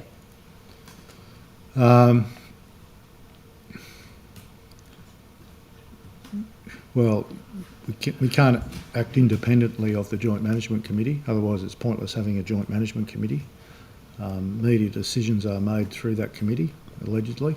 I can say, and I will say this because I don't think this should be taken in camera, that the AFP did want to come out prior to the 10th of March and call this investigation a criminal con job, or whatever they refer to it as. But the Joint Management Committee, in my personal opinion, which agrees with it, is until the source of their information and the motivation behind that, the person behind that, who providing that information, people or persons, then no public announcement could be made, because we're still being fed information to say this is a terrorist plot. That was being fed by them. So can I just That clarify? was being treated at their security level at the highest and their authenticity at the highest level. However, they wanted to discredit it by saying that they wanted to do media to discredit it. And I said, well, we're not, until the source of the information is discredited, we can't do that. Sorry, so just to clarify, and again, only if you're comfortable here and now, but so in terms of the JMC, how does it actually make decisions? Like, what is the final arbiter of what, you've got a bunch of different opinions possibly, or slightly varied views on what steps come next. How does a decision actually get made on that committee? The purpose of the JMC is to make strategic decisions in relation to the investigations. The SIO, ours was a New South Wales officer, I believe Queensland and Victoria were both AFP officers. Need to make their own decisions for their own investigations, but for the purposes of the Joint Management Committee, a coordinating senior investigating officer needs to be appointed. That wasn't done initially until I raised it, but that needs to coordinate the operational activity between those jurisdictions.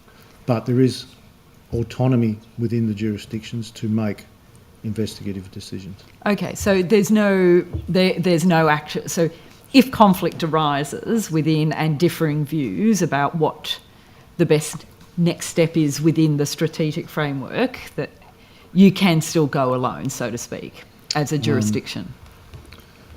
It would be unwise, but yes, you could.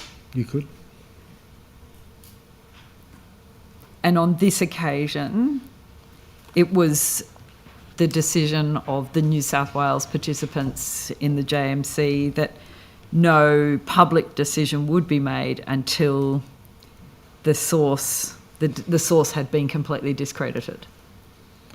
And the motivation known for... And the motive, yeah. Yes. And it was discredited on the 21st, but it wasn't until the 5th that you felt in the position where you knew. On the 5th...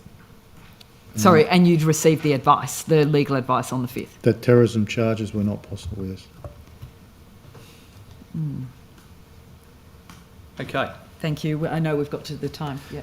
Look, I note the time is nearly 1 o'clock and the committee's resolved to go into in-camera hearings at 1 p.m.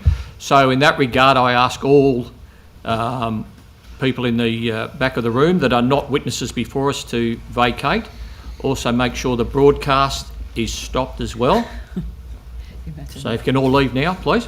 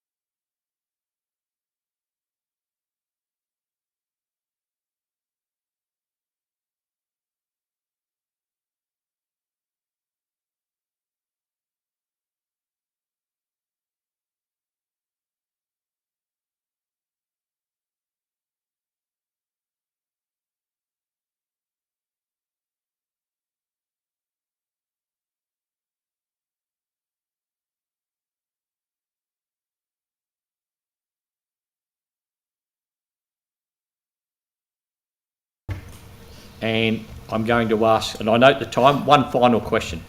So I pose it to you as all three of you. One can answer.